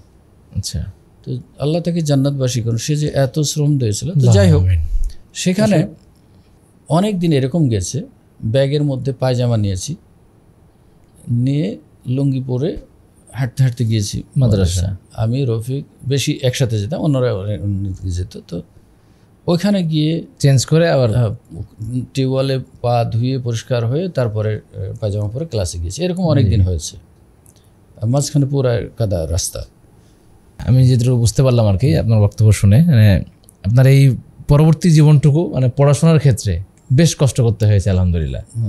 এবং মানে আপনার এখানে একটা প্রশ্ন, যে ছোটবেলায় পড়াশোনার প্রতি যে অনাগ্রহ ছিল, এটা মনে হয় শেষ দিকে আর ছিল না? শেষ দিকে ছিল না, হ্যাঁ, আল্লাহর রহমতে ওই দিক থেকে একটু অগ্রসর, একটু উন্নতি হয়েছিল। তো যেভাবে আল্লাহর ফজল ও করমে পারিবারিকভাবে কোনো অসুবিধা ছিল না, যে অনেক পরিবার থাকে না যে বিভিন্ন অসুবিধার কারণে, এরকম কোনো ছিল না। এবং সব ভাই স্কুল গোয়িং, কলেজ গোয়িং, পড়ালেখার পরিবেশে ছিল। কিন্তু তারপরেও আমি ছিলাম অমনোযোগী, অলস। তো যাই হোক, সেখান থেকে আলিম পরীক্ষা দিলাম কুষ্টিয়াতে। থাকতাম কুষ্টিয়া বাবর আলী গেট, রেলগেটে। ওখানে এক বাড়িতে ওই মুজাম্মিল ভাইয়ের জায়গার যে বাড়িতে থাকতেন, ওই বাড়ি এলো, ওই জায়গাটা ঠিক করে দিয়েছিল, তোমরা পরীক্ষা যারা দিবা এখানে এসে থাকবা। তো ওখানে নিজেরা রান্না করে খেতাম আর পরীক্ষা দিতাম। পরীক্ষা শেষ হয়ে গেল, ওখানে থেকে চলে আসলাম। তো প্রথমত ওই যে বাড়িতে ছিলাম, আল্লাহ তাদেরকে হেফাজত করুন, উনি মারা গিয়েছেন, ওনার ওয়াইফও মারা গিয়েছেন, আল্লাহ তাদেরকে জান্নাতবাসী করুন। তো ওই চাচি বলতাম, উনি আমাকে, আমার পরিবারের সবাই যেন, ছোট বড় সবাই যেন আমাকে কেন এত ভালোবাসতো আমি অনুভব করতে পারি না। ওই চাচি যেদিন একটু বৃষ্টি হতো, মানে আমি যে ঘরে থেকে বাইরের দিকে একদম রাস্তার ধারে, আর ওনারা ভিতরের দিকে থাকেন, ভিতরে খাওয়ার জন্য আমাকে মাঝে মধ্যে যেতাম, ভিতরে গিয়ে অন্য ছেলেদের সাথে বসে খেতাম। কিন্তু বললেন, না না, তুমি পানির মধ্যে এসো না, তুমি ঘরে থেকে, আমি খাবার দিয়ে আসবো। বৃদ্ধা মানুষ, উনি অনেক সময় এই গামছা দিয়ে ঢেকে প্লেট, খাবার প্লেট, পানির জগ নিয়ে এখানে নিয়ে আসতেন। না, আপনি নিয়ে আসেন, এটা আমার জন্য কষ্টকর, আপনি নিয়ে আসবেন কাদায় ভিজে, পানিতে ভিজে, আর আমি এখানে বসে খাবো, এটা হবে না। না না, তুমি নিচে নামবা না। এরকম তারা আমাকে ভালোবাসতেন। পাড়ার যুবকরা, ওইখানকার যে যুবকরা ছিল যারা কলেজে পড়তো, বিভিন্ন কলেজে পড়তো, এরাও সব এসে আমার সাথে, মানে এমন একটা পরিবেশ হলো। মসজিদে মুরব্বীরা যারা, তারাও মানে আব্দুল হাই ছাড়া মনে হয় যেন তারা আর কিছুই বোঝে না এরকম। এদিকে আমিনুল, আর পাশাপাশি আমরা দুজন কাছাকাছি বাড়িতে থাকি, তফাজ্জল একটু দূরে থাকতো। তো যাই হোক, সব ছেলেগুলাকেই তারা সবাই অন্যরকম ভালোবাসতে শুরু করলো। বিশেষ করে আমি বয়সে তাদের মধ্যে একটু বড় ছিলাম, চেহারা সুরতের কারণে নাকি যাই হোক, তারা একটু আমাকে বেশি করতো, মূল্যায়ন করতো।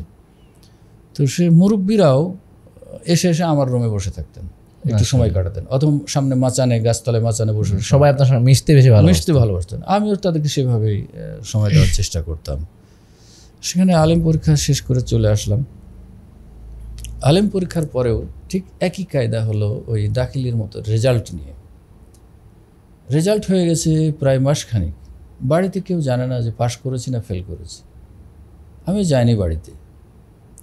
তো এই ফাঁকে এই সময়টা কি করলাম, যে আলিম পরীক্ষা দেওয়ার পরে, তখন তো রেজাল্ট হতে, ভর্তি হতে অনেক সময় লাগতো। উস্তাদ আব্দুল মতিন কাসেমি রাহিমাহুল্লাহ, উনিও ভালো মানের উস্তাদ ছিলেন। আব্দুল মতিন কাসেমি আমাদের তানোর মন্ডমালায় বাড়ি ছিল।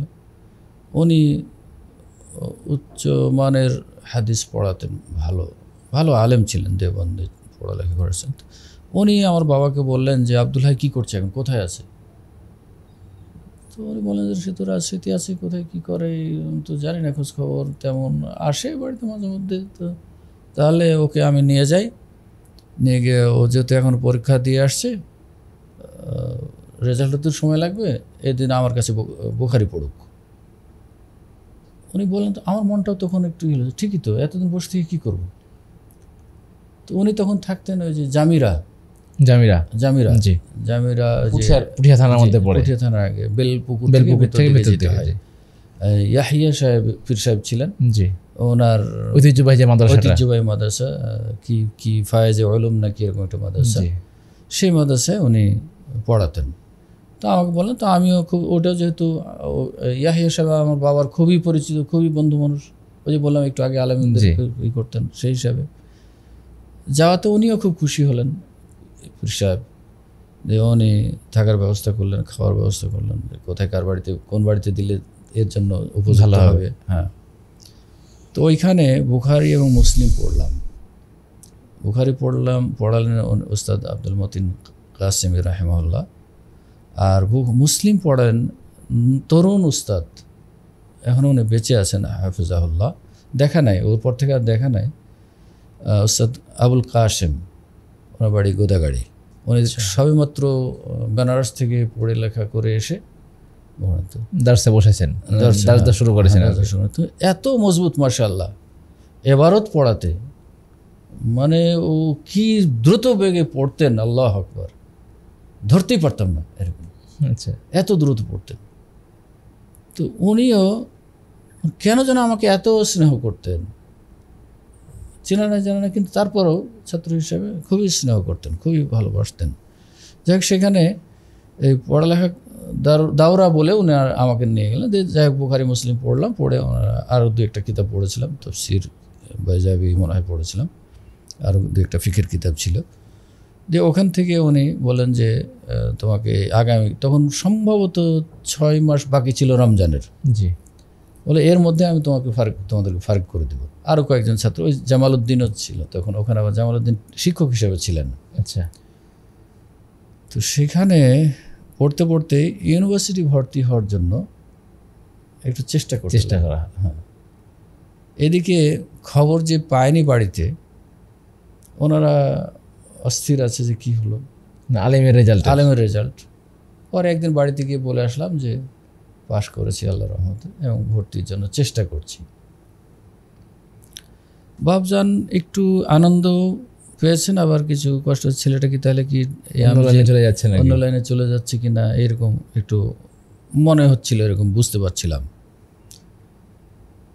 শেষ পর্যন্ত আলেম পাশ করে ইউনিভার্সিটি ভর্তির জন্য চেষ্টা করলাম। ভর্তির সময় আমাকে সহযোগিতা করেছিলেন, বিশেষভাবে সহযোগিতা করেছিলেন তৎকালীন যুব সংঘের ভারপ্রাপ্ত সভাপতি ছিলেন অধ্যাপক রফিকুল ইসলাম, আচ্ছা, সাতক্ষীরা। জি, উনি তখন রানীবাজারে থাকতেন, আর উনি যথেষ্ট সহযোগিতা করেছিলেন আমাকে ভর্তির ব্যাপারে। যাক, ভর্তি পরীক্ষা দিয়ে চান্স হয়ে গেল আল্লাহর রহমতে। চান্স হওয়ার পরে আমি বাড়িতে গিয়ে বললাম যে আমি আমার আব্বা এবং আম্মাকে বসে সামনে, যে আমি চান্স পেয়েছি ঠিক, কিন্তু ভর্তি হব না, আমি এদিকেই পড়ব। হঠাৎ করে বাবা বলে বসলেন যে কেন ভর্তি হবে না, মানুষ চান্স পায় না, তুমি চান্স পেয়েছো, ভর্তি হবে না কেন? না, ওদিকে পড়ে কী করবো, খাওয়া খায়। এই চেঞ্জটা কীভাবে আসলো সাহেব? হয়তো বা আল্লাহ রাব্বুল আলামিন বাবার ওই আগ্রহের কারণে হয়তো বা আমার মনটা ঘুরিয়ে দিয়েছে, মনে হয়তো বা এরকম হচ্ছে। কিন্তু উনি মনে হচ্ছে না যে সেই আগের শামসুল হক, উনি যেভাবে বলছেন, হ্যাঁ আগে যেভাবে বলতেন আর এখনকার বলাটা বলছেন, না তোমার ভর্তি হতে হবে, চান্স পায় না মানুষ, তুমি চান্স পেয়েছো, আর যোগ্যতার দরকার আছে, এখন সনদেরও দরকার আছে।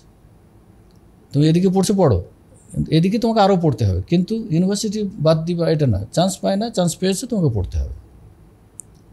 আলহামদুলিল্লাহ সাহস পেলাম, ভর্তি হয়ে গেলাম। ভর্তি হয়ে পাশাপাশি যেহেতু আলেম পাশ করেছে, তখন দুই দিকে একসাথে পড়ার সুযোগ ছিল। ভর্তি হলাম রাজশাহী দারুস-সালামে ফাজিল ক্লাসে। আচ্ছা, ফাজিল ক্লাসে ভর্তি, এদিকে আবার ক্লাসও করি, ওদিকেও ক্লাস করি। এই করতে করতে থাকতাম সিটি কলেজের পিছনে একটা মেসে। আচ্ছা, রানীবাজার থেকে মেসে থাকতাম। ফাজিল ক্লাসেও ঠিক এইভাবে ক্লাস করতে করতে ওখানেও ফাইনাল পরীক্ষা হলো। জি, ফাইনাল পরীক্ষাতেও রেজাল্ট যেদিন হয় সেদিন আমার বাবা রাত্রে এসে আমার মেসে ছিলেন, আমার সাথেই ছিলেন। সকালবেলায় খবর হলো যে রেজাল্ট হয়েছে, সবাই জানাজানি হয়ে গেলো যে রেজাল্ট হয়েছে। উনি তখন আমার পাশে বসা, উনি আমাকে কিছু বলছেন না, কিন্তু তাকাচ্ছেন শুধু। তোমার রেজাল্ট কী, শেষ পর্যন্ত তোমার রেজাল্ট কী জানতে পেরেছো?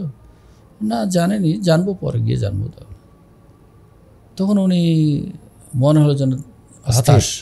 আচ্ছা, তাহলে তো নিশ্চয়ই ফেল করেছে, নাহলে রেজাল্ট হলে মানুষ দৌড়াদৌড়ি করবে, তো অনাগ্রহ কেন? মানে অনাগ্রহ, পরে জানবো, এরকম। এ হতে হতে দুপুর হয়ে গেছে। আগে রাত্রে রেজাল্ট হয়েছে, পরের দিন দুপুর হয়ে যাচ্ছে। পরের দিন দুপুর হয়ে গেছে। তখন উনি অস্থির হয়ে বলে, আচ্ছা ঠিক আছে, তুমি পরে জেনো। আমি বাড়ি গেলাম। বাড়ি গিয়ে আমার মেজো ভাইকে তখনই সাইকেল দিয়ে পাঠিয়েছেন, তুমি এক্ষুনি যাও, দেখো হয়তো সে ফেল করেছে, মন খারাপ করে হয়তো ঘরে বসে আছে, তুমি এখনই গিয়ে খোঁজ নিয়ে আসো, তাকে সান্ত্বনা দিতে হলে দিয়ে আসো, যা করার তাই করে আসো, কিন্তু তুমি যাও। আমাকে হয়তো বলেনি সে। কিছুক্ষণ পরে দেখছি দুপুরে আমি গিয়ে রেজাল্ট জেনে আসলাম। আমি যাওয়ার আগেই অন্য এক ভাই জানালেন যে হ্যাঁ আপনার রেজাল্ট সেকেন্ড ক্লাস হয়েছে। কিন্তু আমার রোল নাম্বার দেখে অন্যান্য সঙ্গী সাথী যারা কেউ চিনতে পারছে না, এই ছেলেটা কে, সেকেন্ড ক্লাস পেয়ে গেল, কে এই ছেলেটা। আচ্ছা, অন্যান্য সঙ্গী সাথীরা। তো যাই হোক, ভাই আসার আগে আমি রেজাল্টটা অলরেডি জেনে গেছি। ভাই আসলেন, বললাম, খুশি হয়ে উনি আর দেরি করলেন না। বাপ যেন অস্থির হচ্ছে, সংবাদ দিতে হবে, সংবাদ দিতে হবে। যাই হোক, উনি গিয়ে সংবাদ দিলেন যে হ্যাঁ পাশ করেছে, কোনো অসুবিধা নাই। এভাবে ফাজিল পাস হলো। এদিকে ইউনিভার্সিটি ক্লাস চলছে। মজার বিষয় হলো কামিল ক্লাসে ভর্তি হলাম, ওই মাদ্রাসা দারুসালাম আলী দারুসালামে। হ্যাঁ, কামিল ক্লাসে ভর্তি হলাম, এদিকে ক্লাস চলছে। কামিল ফাইনালও হয়ে গেল। কামিল ফাইনাল হয়ে গেল, এর আগেই আল্লাহর ফজল করমে মদিনা যাওয়ার ব্যবস্থা হয়ে গেল, রেজাল্টের আগেই, পরীক্ষার পরে রেজাল্টের আগে, কামিলের রেজাল্টের আগে। হ্যাঁ। তখন সৌদি যাওয়ার এখন সূচনাটা কিভাবে হলো এটা বলতে হয়। ওস্তাদ আব্দুস সামাদ সালাফি রাহিমাহুল্লাহ রানীবাজারে একদিন, উনি তো প্রায় ক্লাস ছাড়াও প্রায় আসতেন, মাগরিব এশা পড়তেন। তো ওখানে কার সামনে গল্প করছিলেন যে সৌদি মেহমান এসেছে, তো ওনাদের নিয়ে আমি কালকে একটু ব্যস্ত থাকবো। আচ্ছা, তো থাকবে রাজশাহী মোটেলে, এটুকু আমি শুনলাম। তো চলে গেছি। সৌদি মেহমান আসছে, কি আসছে, কে আসছে, তার আমি জানি না, ওনার কাজ উনি করবেন। পরের দিন সকালে যে মেসে থাকতাম, আমার কাছে একটা ছোট বাইসাইকেল ছিল, ছোটো বলতে খুবই একদম অচল মার্কা মতো আর কি, কোনো রকমের চলার মতো। আচ্ছা, হ্যাঁ। তো সকালবেলায় উঠে আমি প্রায় মাঝে মধ্যেই একটু পায়চারি করতাম, ফজর নামাজ পড়ে একটু আস্তে ধীরে পায়চারি করে। ওই সময় কিন্তু আমি দারুসালাম আলী মাদ্রাসার ভিপি, কামিল ক্লাসে ভিপি। তো ভিপি হওয়ার বিষয়টা একটা অন্যরকম। আচ্ছা, সেটা ছিল ছাত্ররা সবাই ধরে বসলো যে আব্দুল হাইকে দাঁড় করাতে হবে।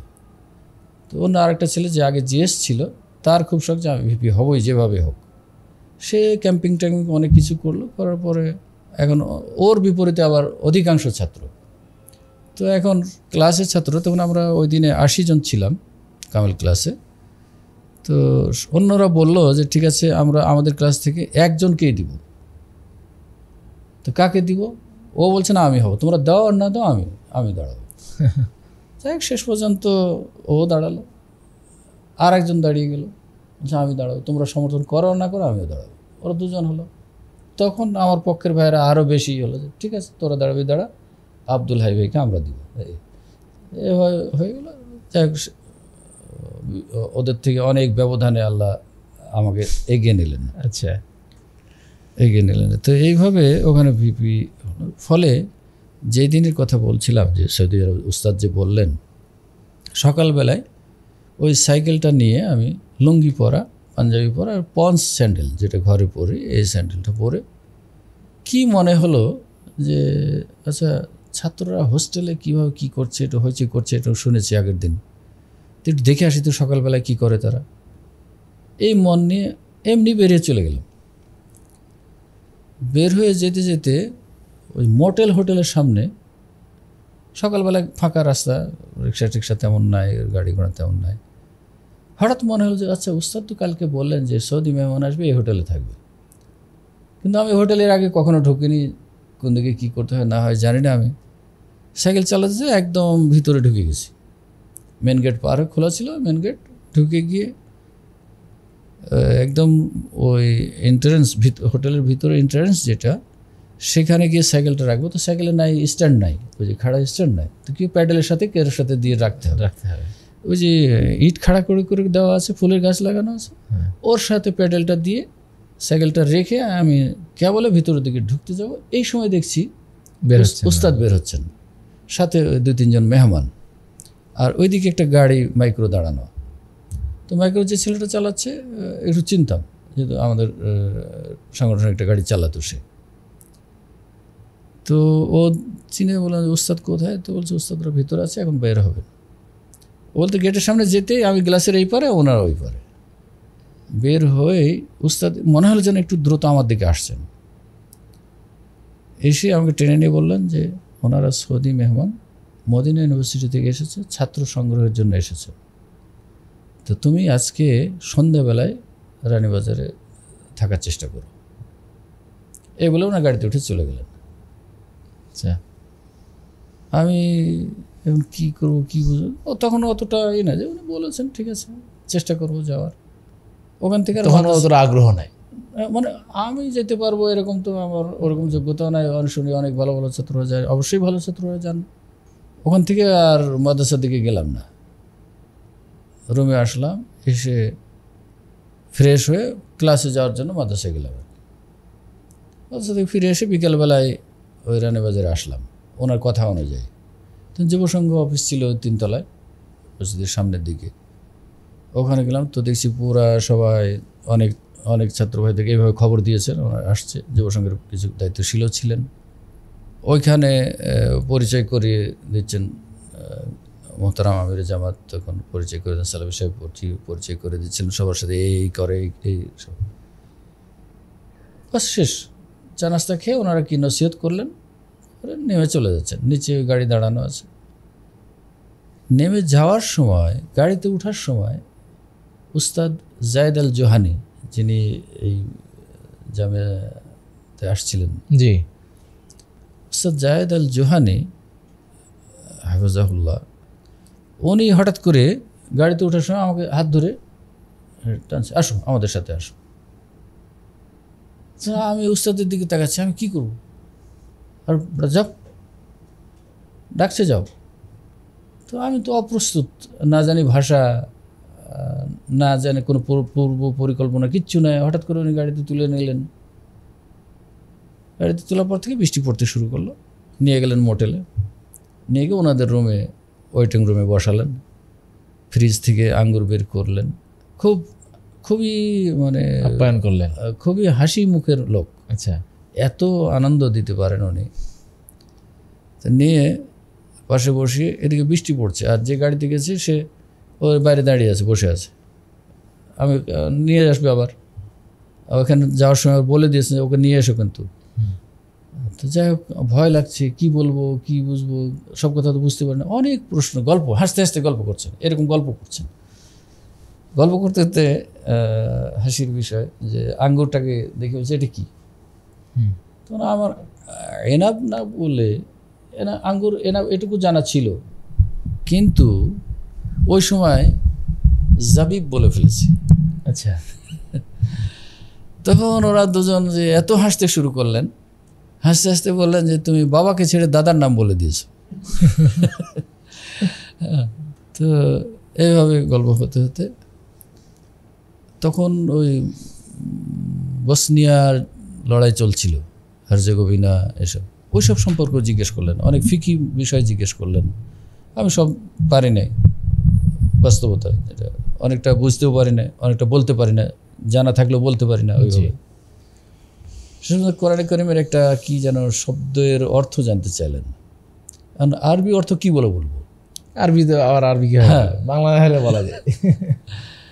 তো আমি বলে ফেলেছি এটা। ওটা বলার একটা হঠাৎ করে মাথায় আসলো, যখন কামাল ক্লাসে এখানে পড়তাম, তখন একজন ওই যে ভাইবা নিতে আসেন, জি, ওরকম একজন শিক্ষক বলেছিলেন, যদি কোনো কিছু আরবি জিজ্ঞেস করে আর তুমি যদি জানো না জানা থাকে, তাহলে ওইটার বাংলাই বলে দেবা তুমি। আচ্ছা, হ্যাঁ, যে বলছেন যে পানের আরবি জিজ্ঞেস করেছে, উনি বললেন যে আমাকে পানের আরবি জিজ্ঞেস করলাম, পান খাচ্ছিলাম তো পানের আরবি জিজ্ঞেস করি, পানের আমি তো জানি না, তুমি হাজা পানন। তো এখন ওই কথাটা আমার মাথায় আসলো যে আমি উনি যেটা জিজ্ঞেস করি এটা তো আমি জানি না, তখন কী বলবো, আর বাংলাও বলতে পারছেন। তো আমি বলে ফেললাম, আন্দাজি বলে ফেললাম যে দমদম। আর যে দুজনে হাসতে শুরু করলেন, এমন হাসি শুরু করলেন, আল্লাহ আকবর আল্লাহ আকবর, আল্লাহ তাদেরকে হেফাজত করুন। যাই হোক, অনেক গল্প করে শেষ পর্যন্ত একটা ফর্ম বের করে দিলেন, দিয়ে বলে এই লিখো। অর্থাৎ ওইটাই বুঝলাম পরে যে এটা অ্যাপ্লিকেশন ফর্ম। আমি তখনও কিন্তু বুঝি নাই যে মদিনায় ভর্তির জন্য অ্যাপ্লিকেশন ফর্ম, এটাও বুঝি নাই। ফর্ম পূরণ করলাম, করার পরে আর একটা কাগজ দিলেন, দিয়ে বললেন যে এটা ওস্তাদ সালাফির কাছ থেকে পূরণ করে নিয়ে আসবা, আর ডক্টর গালিবের কাছ থেকে এটা পূরণ করে নিয়ে আসবা। নিয়ে চলে আসলাম, হয়ে গেল কথা পর্যন্ত শেষ। পরের দিন আসলাম, এখানে বেড়াতে আসলাম, যে বাইদি ভাই শুনলাম যে ওনারা হয়তো ওখানে যেতে পারেন, এই মাদ্রাসায় আসতে পারেন, নদপাড়া মাদ্রাসায়। এসে দেখি তো ঠিকই ওনারা আসছেন। তো উস্তাদকে দিলাম, ওই কাগজগুলো দিলাম, দেওয়ার পরে ওই সময় ওই মাথায় দাঁড়িয়ে অফিস রুমটায়, জি, ওর সামনে দাঁড়িয়ে ওনারা গল্প করছিলেন, আমি দূরে দাঁড়িয়েছিলাম। তো হঠাৎ করে তখন নহাটার বিমান ল্যান্ডিং ছিল অথবা উড্ডয়ন ছিল, এরকম কিছু একটা, বিমানটা দেখা যাচ্ছিল। তখন উনি ওই জায়েদ আল জোহানি উনি হাসতে হাসতে বলছেন, তোমাদের এখানে বিমান আছে কাছে? তখন উস্তাদ রহস্য করে তাকে বললেন যে আব্দুল ভাই জানতে চাচ্ছে যে এই বিমানে কি আমি চড়ে যেতে পারবো সৌদি আরব?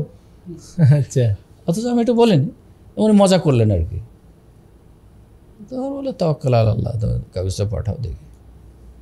তো যাই হোক, ওই সময় উস্তাদ রাহিমাহুল্লাহ রাতারাতি আমাকে কাগজ করে দিলেন, মোহতারাম আমির জামাত তাজকিয়া লিখে দিলেন, উনি তাজকিয়া দিলেন, দিয়ে বললেন তুমি তাড়াতাড়ি ঢাকা চলে যাও, যেহেতু ওনারা নিজে হাতে একটা দিয়ে গেছে, এটা তুমি মূল্যায়ন করে ঢাকায় গিয়ে আনুষঙ্গিক যে সমস্ত কাজ ছিল সেগুলো পূর্ণ করে দিয়ে বাই পোস্ট পাঠিয়ে দিয়ে চলে আসলাম।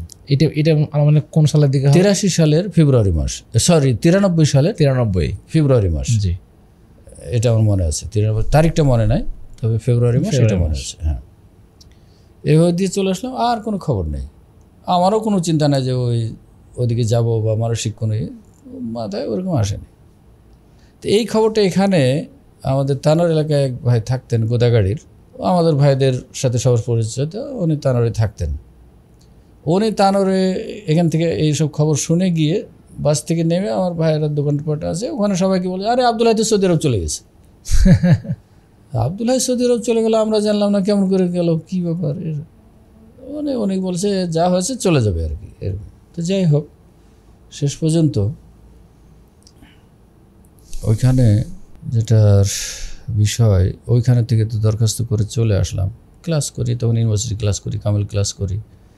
ইতিমধ্যে কামেল পরীক্ষা অলরেডি হয়ে গেছে, রেজাল্টের অপেক্ষায় আছি। এদিকে তখন অনার্স সেকেন্ড ইয়ারে পড়ি।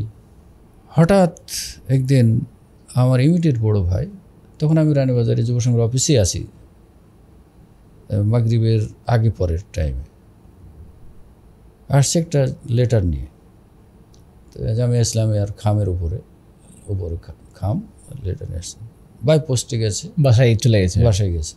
তো যখন বাসায় গেছে পোস্টম্যান, তখন আমার সেজো চাচা ছাড়া আর কেউ নাই বাড়িতে। তো উনি আরবি ইংরেজি পড়া উনি দুটোই পারতেন, তো মোটামুটি দেখে বলছে হয়েছে আলহামদুলিল্লাহ। দৌড়ে, ওর বাবা ওই দিন নাই বাড়িতে, উনিও শহরে আছেন। ওই দিনও আমার আব্বা সকালে আসছিলেন আমার কাছে। তো দিয়ে আর কেউ নাই, ছোটো চাচা এবং আমার অন্যান্য ভাইয়েরা সব তানোরে আছে। উনি ওই অবস্থায় পায়ে হেঁটে তানোর চলে আসছেন, যে দেখি কি ঘটনাটা কি। নিয়ে এসে দেখিয়েছেন আমার ভাই, তখন আমার ইমিডিয়েট বড় ভাই, তখন ওষুধের দোকান। উনি বললেন যে ঠিক আছে আমি যাই তাহলে দেখি সে কোথায় আছে। তখন তার মোবাইল নাই, যে আর নর্মালি জানে যে আমি রানীবাজার এখানে থাকি, এখানে তো ওই খুঁজতে খুঁজতে ওই উপরতলা উঠে দেখি আমি বসে আছি। ভাই কি, দেখো তো এটা কি, তো দেখে তো আলহামদুলিল্লাহ পড়েছে। সাথে সাথে বললাম টেনশন করেন না, আমি বাকি কাজগুলো দেখি কী করে। আসলাম ওস্তাদ আব্দুল সামাদ সালাফের কাছে, উপশহরের বাসায়। উনি বললে আলহামদুলিল্লাহ তোমার ইশআর কবুল হয়ে গেছে। আমি সাহেবের কাছে আসলাম, দুজনেই আনন্দিত বা আল্লাহর রহমত অথবা বাবা মার দোয়া, ওস্তাদদের দোয়া এবং প্রচেষ্টা, সম্পূর্ণ আল্লাহর রহমত অথবা বাবা মা এবং ওস্তাদদের দোয়া এবং প্রচেষ্টা ছাড়া আমার ব্যক্তিত্ব কিছু নাই, আমার যে কোনো যোগ্যতা সেটা কিছু নাই। আমি মনে করি যে আল্লাহ আমাকে স্বয়ং বিশেষ রহমতে অথবা বাবা মা ও ওস্তাদদের দোয়ার বরকতে আমাকে মনে হয় যেন কান ধরে টেনে নিয়ে গিয়েছেন ওখানে। তো কাগজপত্র ওনারা করে দিলেন, যত তাড়াতাড়ি যাও তুমি ঢাকা চলে যাও। ঢাকা যাচ্ছি, কাগজপত্র রেডি হয়ে গেছে, ভাবজান যে আমি বাসে উঠে গেছি। তখন কুমারপাড়া থেকে বাস ছাড়তো বোয়ালের মোড়ের সামনে, এদিক থেকে। আমি বাসে উঠে গেছি, বাস ছেড়ে এই মুহূর্তে দেখছি উনি শহর থেকে চলে গেছেন বাড়ি। বাড়ি গিয়ে শুনছে এই ঘটনা। জি, উনি আবার চলে আসছে। তখন যোগাযোগ এত সহজ ছিল না, খুব দুর্গম যোগাযোগ ছিল। আবার আসছে, ছেলে যাবে, আমি নামলাম, দরকার নিলাম, গেলাম। ঢাকায় গিয়ে তখন সিদ্দিক বাজারে আমাদের একটা অফিস ছিল যুব সংঘের বা আন্দোলনের একটা, তো আন্দোলন তো তখন ছিল না। ওখানে গিয়ে উঠলাম। ওখানে থেকে মিয়া হাবিব ভাই, জি, উনিও তখন যাওয়ার প্রস্তুতি নিচ্ছিলেন। উনি অনেক হেল্প করেছিলেন আমাকে কাগজপত্র তৈরির ক্ষেত্রে। বাকি ঢাকার যে কাগজ আমি চিনি না, জানি না, উনি যথেষ্ট হেল্প করেছিলেন সাথে গিয়ে গিয়ে।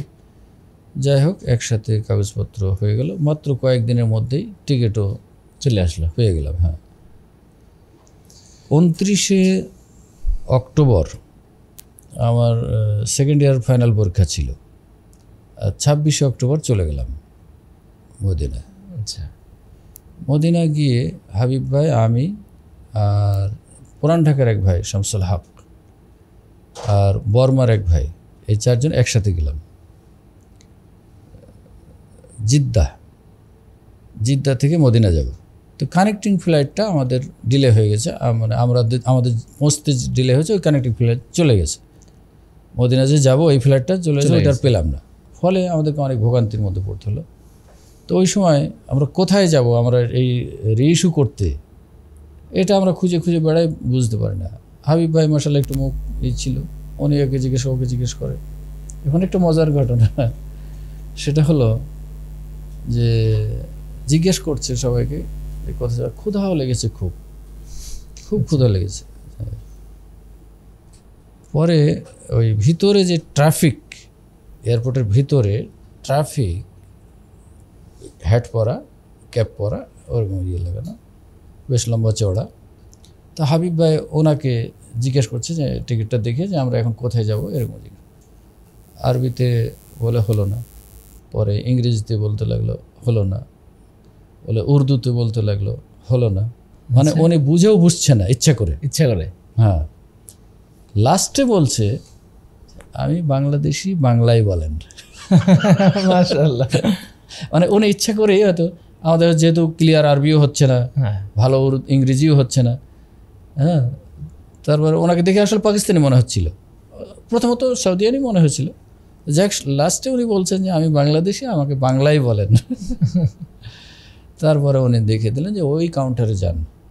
তখন টিকিট পেলাম, তো পেলে অনেক ডিলে করে পেলাম। যেটা আমাদের রাত্রি পৌঁছে যাওয়ার কথা ছিল সন্ধ্যাবেলায়, সেটা গিয়ে পৌঁছলাম ফজরের পরে। আচ্ছা, সারা রাত ওইখানে এইভাবে দৌড়াদৌড়ি করে। তো ওইখানে নামার পরে এক ভাই আমাদেরকে রিসিভ করার জন্য অপেক্ষায় ছিলেন, হাফিজ আব্দুল সামাদ বংশাল। আচ্ছা, হ্যাঁ, উনি রাত্রে এসেছিলেন কিন্তু পাননি দেখে চলে গেছেন। পরে ওনারে আর এক রিলেটিভ, উনিও ছাত্র, আব্দুল হাদি ভাই ময়মনসিংহের, উনি ওনার নিজের ব্যক্তিগত গাড়ি নিয়ে অপেক্ষায় ছিলেন। তো ওই ওনার গাড়িতে নিয়ে তো মদিনায় নেমে দেখে একটু বৃষ্টি হয়েছে, ছোট ছোট একটু কেক, একটু জুস, পানি, খেয়ে তখন বলে অন্তত একটু ক্ষুধাটা তো নিবারণ হলো। নিয়ে গেলেন ওনার হল রুমে। উনি 2 সিট নিয়ে একাই থাকেন, মানে আরেকজন কেউ নাই, 2জন একাই থাকে, এরকম ফ্লোরিং। উনি চিকন চাউলের ভাত, শালান নামক একটা চাউল তখন ভালো পাওয়া যেত, আর মসুর ডাল এবং মুরগির ঝোল। ক্ষুধা ছিল, ফ্রেশ হয়ে খাওয়া দাওয়া করলাম। খেয়ে দিয়ে বললাম এখন আপনারা ঘুমান, বেলা হলে 9টার পরে টিফিন হবে, তখন আপনাদেরকে নিয়ে যাব, অন্যান্য ভাইয়েরা আসবে সব দেখতে। তো সে অনুযায়ী আমরা প্রস্তুতি হলাম, সবাই আসলো, আহলান ও সাহলান জানালো যে আপনারা আসছেন। এরপরে উনি নিয়ে গেলেন অ্যাডমিনিস্ট্রেশনে, যেখানে কাগজপত্র জমা দিতে হবে। গিয়ে মজার ব্যাপার হলো, আমাদেরকে নিয়ে উনি ঢুকছেন, আর এখানে যারা ওই যে হোটেলে যারা আমাকে জিজ্ঞাসাবাদ করছিলেন, শাইখরা যারা আগে এসেছিলেন, 2জন শেখ, একজনের নাম জায়েদ আল জোহানি, আর একজনের নাম আব্দুল্লাহ আল কি ছিল যেন, ওনারা আমাকে ভিতর থেকে দেখতে পেয়েছে। মাশাআল্লাহ, হ্যাঁ, চিনে ফেলেছে 9 মাস পরে, প্রায় 9 মাস পরে চিনে ফেলেই আব্দুল্লাহ সাহেব হাসতে হাসতে উঠে আসছে, আর জায়েদ জোহানি উনি ওনার চেয়ারে বসে কাজ করছেন। হাসতে হাসতে উঠে এসে ওই যে শব্দটা বলেছিলাম দমদম, উনি ভোলেনি, দমদম রাজশাহী বলে আমাকে হাসাহাসি করলেন অনেক। তারপর জায়েদুল জোহানি উনি আমার ফাইল বের করলেন, পাসপোর্ট জমা নিলেন, বাকি কাজ উনি সমাধা করে দিলেন, হল হবে কোথায় ইত্যাদি বিষয় সহজ করে দিলেন। এইভাবে জামিয়ার জীবন শুরু হলো। তো জামিয়ার জীবনে যে সর্বপ্রথম রব্বুল আলামিনের অনুগ্রহ, বিশেষ দয়া, অতঃপর পিতামাতা ও ওস্তাদদের দোয়া আমাকে নিয়ে। তাছাড়া আমার নিজের এলমি যোগ্যতা নাই, অন্য কোনো যোগ্যতাও নাই, শুধুমাত্র আল্লাহর রহমতে তাদের কাছে। তো এখানে আরেকটা কথা, পূর্বের একটা কথা মনে আসলো বাবার বিষয়ে, ওনার যে উচ্চ আকাঙ্ক্ষা। একদিন আমার মেসে আসছেন উনি এবং গ্রামের আর 2জন, ওই 2জনই আমার বাবাকে মামা বলেন, আর সে সূত্রে আমি ওনাদেরকে ভাই বলি, আমাদের গোষ্ঠীর কেউ না, অন্য গোষ্ঠীর। তো ওনারাও ছিলেন আমার কাছে রাত্রে। তো সকালবেলায় নাস্তা পানি খেয়ে গল্প করতে করতে ওই 2 ভাইয়ের মধ্যে একজন বলছেন, মামা ছেলেগুলোকে তো সবাইকে লেখাপড়া করালেন অনেক, কিন্তু বিদেশে তো একটা কেউ পাঠালেন না। তখন উনি বললেন যে দেখো, ওই ভাইটার নাম ছিল ইদ্রিস, আমার বড় ছেলেকে নিয়ে যখন বিশ্ববিদ্যালয় হয় রাজশাহীতে 53 সালে সম্ভবত, কিন্তু শুরু তো হয় রাজশাহী কলেজে। তো বলছে আমি তৎকালীন সময়ে প্রয়োজনীয় কাজে রাজশাহী আসতাম, আর এই কলেজের পাশে যখন আসতাম তখন তাকাতাম আর বলতাম যে আল্লাহ, আমার ছেলেগুলোকে, তখন বড় ভাইয়েরকে নিয়ে চিন্তা করতো, তাকে যদি এই কলেজে পড়াতে পারতাম, এই বিশ্ববিদ্যালয়ে পড়াতে পারতাম, তাহলে কতই ভালো হতো। তো আল্লাহ ওই দোয়া কবুল করেছেন। ওই ভাই ওই কলেজে পড়েছেন, ইউনিভার্সিটিতে পড়েছেন। বলছে একে নিয়ে এখন আমার চিন্তা, আমার কথা বলছে, একে নিয়ে এখন আমার চিন্তা যে রাজশাহী বিশ্ববিদ্যালয়ের কথা বলতাম, আল্লাহ তাকে ওই বিশ্ববিদ্যালয়ে নিয়ে গেছে, এবং তাকে বানারসে পড়ানোর চিন্তা করতাম, কিন্তু এখন বানারস বলবো কি সৌদি আরব বলবো, এটা নিয়ে আমি আল্লাহর কাছে দোয়া করছি। তো দোয়া করো যে সে যাবে ইনশাআল্লাহ। আল্লাহর ফজল ওই বছরই ওই মেসে থাকতেই আল্লাহ কবুল করে নিলেন। সুবহানাল্লাহ। তো এই ছিল মদিনা যাওয়ার আমরা প্রাথমিক কথা। লম্বা কথা শুনলাম। তো আমি আবারও বলছি, এখানে এই অনুষ্ঠানে আমার নিজের ব্যক্তিত্ব প্রকাশের জন্য নয়, বরং আমি শুধু আমার দুর্বলতাটা, যে আমি যে ওই সময় ভালো লেখাপড়া করিনি। এরপরে হলো কি, মদিনা যাওয়ার পরে প্রথম ছুটিতে আসলাম, বাবা যে কি খুশি তা বলার অপেক্ষা রাখে না। চলে গেলাম এই এয়ারপোর্টে, দ্বিতীয়বারের কথা বলছি, মানে প্রথম যেদিন গেলাম প্রথম সফর, সেদিন তো উনি একটা মাইক্রো ভাড়া করেছিলেন এবং গ্রামের 15-20 জন যুবক বৃদ্ধ সবাই আসছিল এয়ারপোর্টে আমাকে রাখতে, এই এয়ারপোর্টে রাখতে। তখন ওই যে উপরে উঠে গ্যালারি ছিল, সবাই উঠে দেখতে পারতো। তো আমি লাস্ট প্যাসেঞ্জার ঢুকলাম ভেতরে, সবাই উঠে গেল ধরো না।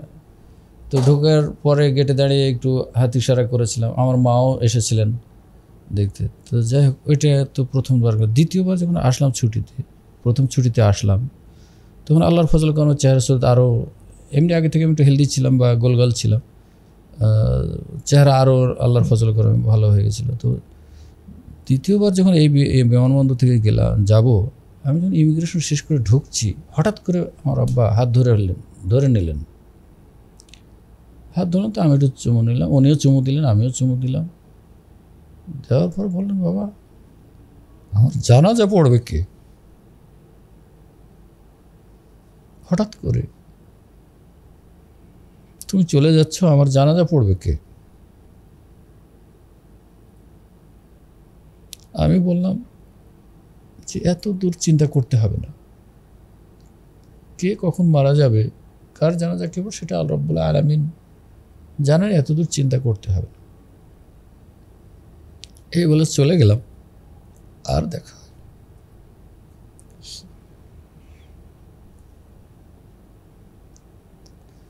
বাড়ি গিয়ে মাকে নাকি শুধু বলতেন, ছেলের সাথে আমার আর দেখা হবে না। ছেলের বিয়ে দেওয়ার শখ ছিল অনেক। এখানে তার আগের ওই বছরেই আমাদের যে তাবলিগি ইজতেমা, এই ইজতেমায় ময়দানে তৎকালীন যুব সংঘের সভাপতি ছিলেন হারুন হোসেন জি, ওনার বিয়ে হয়েছিল এখানে অধ্যক্ষ আব্দুস সামাদ সালাফি কুমিল্লার মেয়ের সাথে। এই বিয়ের পদ্ধতিটা ওনার কাছে নাকি খুব ভালো লেগেছিল। তো উনি মায়ের কাছে বলতেন যে আমার তো খুব ইচ্ছা, এবার আব্দুল হাই আসলে আমি ওইভাবে ওইখানে বিয়ের ব্যবস্থা করব। কিন্তু আর হলো না। বারবারই বলতেন মাকে যে আমি মনে হয় আর দেখতে পাবো না, তুমি বেঁচে থাকলে দেখো, ছেলের বউ দেখো, ছেলেকেও দেখো। আল্লাহ তা জান্নাতবাসী করুক, আল্লাহ তুমি তাদেরকে জান্নাতবাসী করো। আর দেখতে পাইনি। চলে পরে মারা গেছেন এটা আব্দুস সামাদ ভাই ঢাকা এবং আমানুল্লাহ ভাই, হাবিব ভাই, ওনারা কোনোভাবে এখান থেকে খবর পেয়েছেন, কিন্তু আমাকে ওনারা জানাননি। সামনে পরীক্ষা। হঠাৎ করে একদিন একটা চিঠি পেলাম, বাবা মারা যাওয়ার সম্ভবত 21 দিন পরে চিঠি পেলাম। আমাদের আমির সাহেবের হাতের লেখা চিঠি, ওনার প্রেরক রাসূল গালিব সাহেবের চিঠি। এটা তো আমার জন্য তো অনেক অনেক বড়, এত বড় মাপের মানুষ আমাকে একটা চিঠি লিখেছেন, এটা তো খুবই একটা আনন্দের বিষয়। কিন্তু কী লিখেছেন সেটা তো তখন আমি জানছি না। খুলে পড়তে শুরু করলাম। বলছে, তোমার বাবাকে আমি জীবিত অবস্থায় চিনতে পারিনি। উনি আমাকে জীবিত অবস্থায় অনেকবার তার বাড়ি যাওয়ার জন্য আহ্বান করেছেন, কিন্তু আমার যাওয়ার সুযোগ হয়নি। আজকে তার দাফন কার্যে মৃত্যুর ডাকে সাড়া দিয়ে এখানে যেতে আমি বাধ্য হলাম। তোমার বাবার জানাজা আমি শেষ করে আসলাম।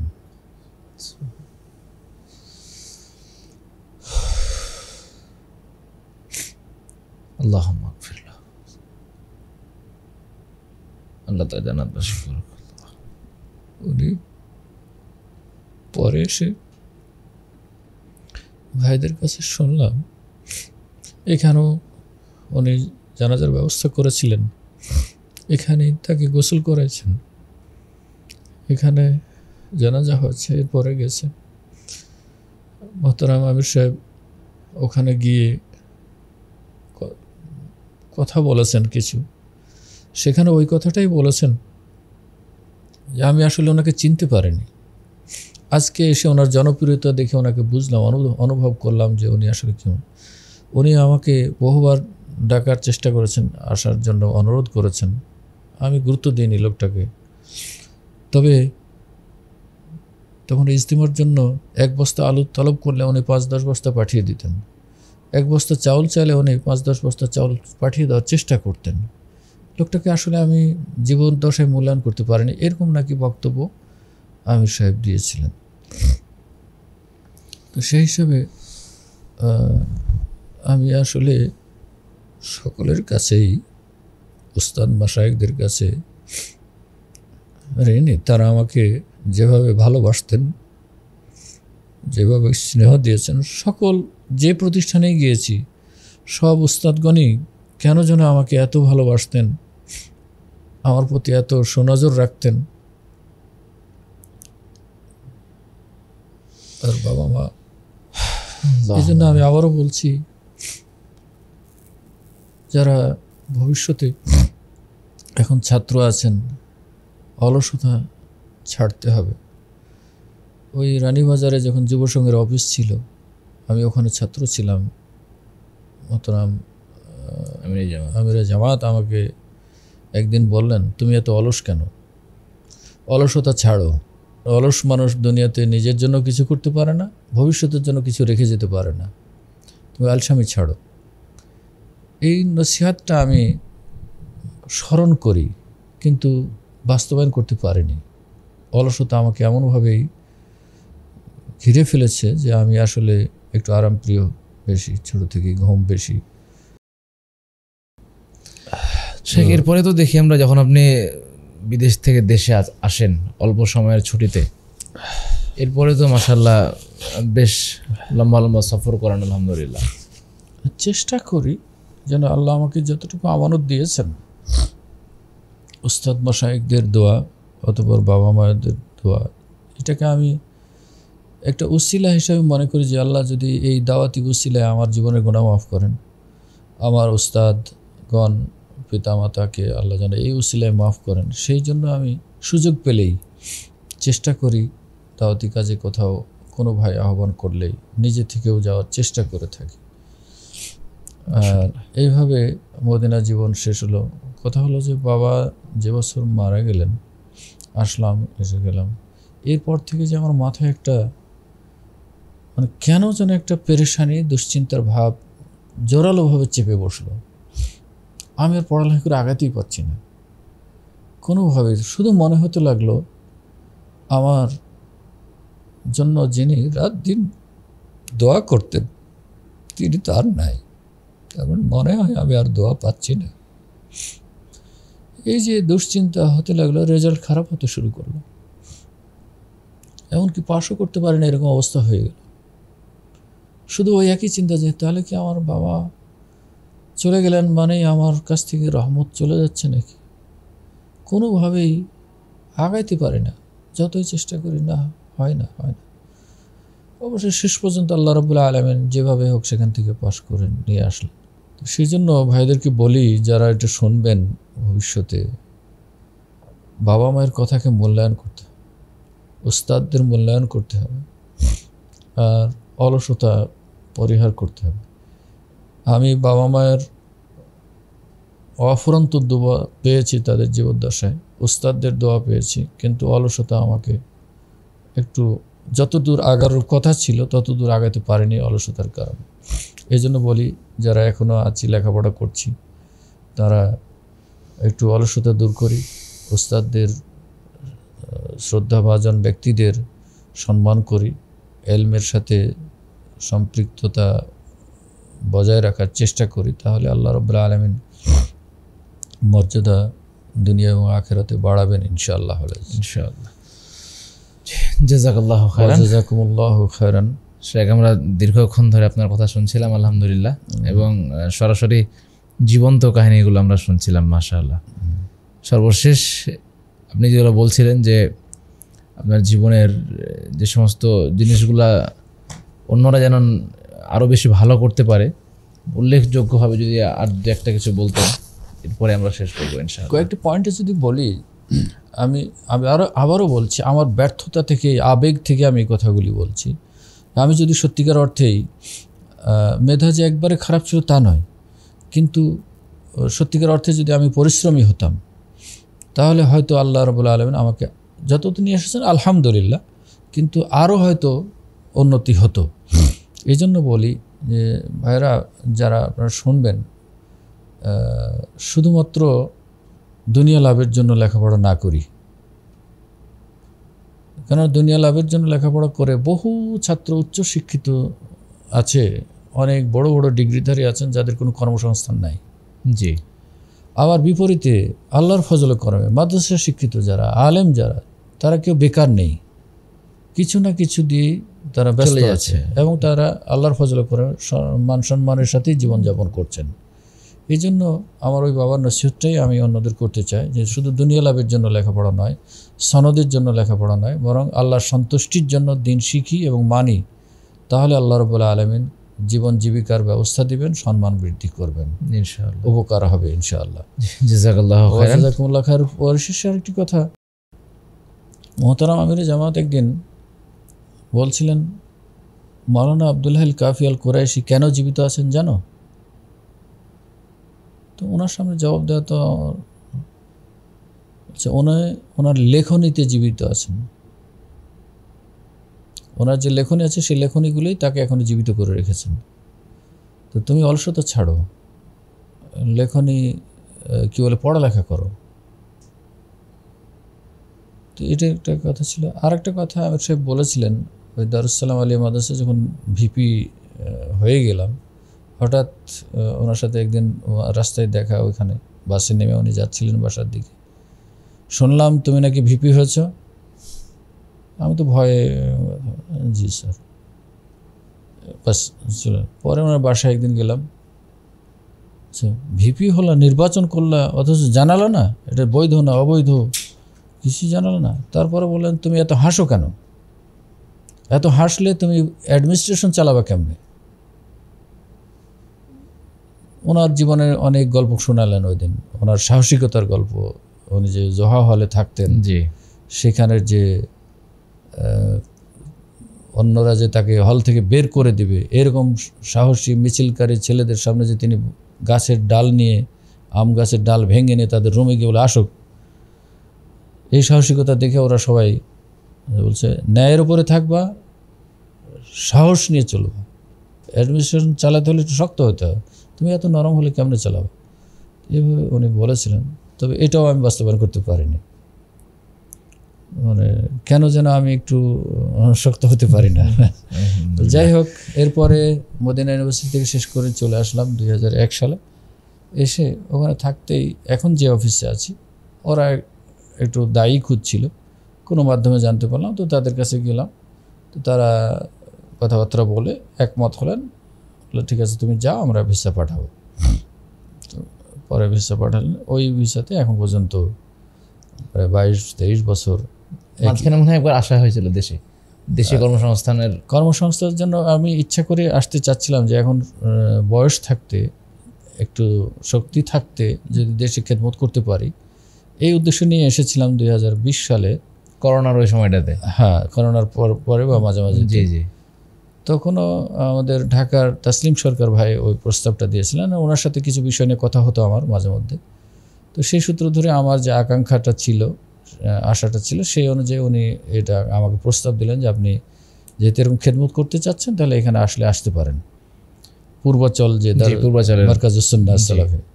তো সেখানে আসলাম, ওই মাদ্রাসাটা ওপেন হলো আনুষ্ঠানিকভাবে। ওখানে প্রথম এসে 3 মাস থাকলাম, পরের বার এসে 6 মাস থাকলাম। তো ওনারা আমাকে রিকোয়েস্ট করতে লাগলেন যে আপনি ছেড়ে চলে আসেন, কিন্তু সার্বিক পরিস্থিতি মূল্যায়ন করে আমি দেখলাম যে না, এখনও এসে আমি টিকতে পারবো না। আমি যে মন মানসিকতার লোক, আমি যে সহজ প্রকৃতির মানুষ, এখানে এসে আমার এই মুহূর্তে টেকা সম্ভব হবে না। তাছাড়া তারা যে সম্মানই আমাকে দিতেন, ওই অনুযায়ী অন্যদের তুলনায় ভালোই দিতেন, কিন্তু সেটা আমার যে ক্যারিয়ার বা আমার যে লাইফস্টাইল, তাতে সেটা তো একটু কষ্টই হতো। অন্যদিকে আবার চিন্তা করতে হতো, আর আমার এমন কিছু নাই, এমনকি নিজের বাড়িও নাই। তো ফলে বললাম যে ভাই আপনারা আরেকজন প্রিন্সিপাল দেখে নেন, আমার সম্ভব না। তো এইভাবে চলে গেলাম আর কি। এখন অন্য কোথাও যে চিন্তা করছি না তা নয়, যে ওরকম ভালো, এবং সেটা আমার অন্য কিছুতে নয়, আমার যদি তালিমের ক্ষেত্রে শিক্ষকতার ক্ষেত্রে যদি কোথাও এরকম পরিবেশ পাই, তাহলে এখনও মানসিকতা পোষণ করছে যে একটু সুস্থ থাকতে কিছু খেদমত দেশে হোক, দেশে করার হ্যাঁ, আছে আর কি। ওখানেও যে খেদমতটা হচ্ছে মাশাআল্লাহ, দেশের মানুষের একটা হক আছে কিন্তু, হ্যাঁ অবশ্যই হক, সেটা আমি অনুভব করি। কিন্তু পরিবেশ পরিস্থিতির কারণে ওখানে যে কবুলের পরিমাণ, জি, দেশে কিন্তু কবুলিয়াত নাই। তা ঠিক। ওখানে অল্প কিছু সংখ্যক মানুষ আমাদের অফিসে আসে, তাদেরকে হাতে কলমে যেভাবে শেখায়, তারা সুন্নাত বুঝতেন না, তাওহীদ কি বুঝতেন না, শিরক কি বুঝতেন না, শিরকের মধ্যে লিপ্ত আছে আর মনে করতে আমি পাকা মুসলিম, বিদাতের মধ্যে লিপ্ত আছে বলে আমি তাও সুন্নাতবাদী। জি, তখন এগুলোকে, এইসব ব্যক্তিদেরকে যখন আমরা ধরে ধরে শিখালাম, আল্লাহর ফজল করমে প্রত্যেকটা ব্যক্তি, অধিকাংশ ব্যক্তি পরিবর্তন হয়েছে এবং দেশে এসে তারা বসে নেই, এই টুকটুক করে দাওয়াতি কাজ করতেই আছে। মাশাআল্লাহ। তাদের কৌশলেই বলি আর তাদের প্রচেষ্টাই বলি, দেশে আজকে বহু আমাদের যে আহলে হাদিস আন্দোলন বলি আর জমিয়ত বলি আর সহি আকীদার কথাই বলি, এদের দাওয়াতে কিন্তু অনেক পরিবার পরিবর্তন হচ্ছে আল্লাহর ফজল করমে। সুতরাং সৌদি আরবের এই খেদমতটাকেও আমরা আল্লাহর নিয়ামত হিসাবে নিতে পারি আর কি। জাযাকুমুল্লাহু খায়রান। আর অলসতার দিক থেকে আরেকটা বলি, সেটা হচ্ছে যে মুহতারাম আমিরে জামাতের ওই কথা শুনে আমার একটু লেখার প্রতি আগ্রহ হয়েছিল। ওদিনে ছাত্র জীবনে প্রথম একটা লেখা লিখলাম, তাওবা আন-নাসুহা। তো সেটা আমার অফিস প্রথম ছাপলো। তারপর আরেকটু আগ্রহ জাগলো, একদিন একটা লেকচার শুনছিলাম এই 12ই রবিউল আউয়াল কেন্দ্রিক, আচ্ছা, টিভিতে, জি, সম্ভবত এনটিভি ছিল।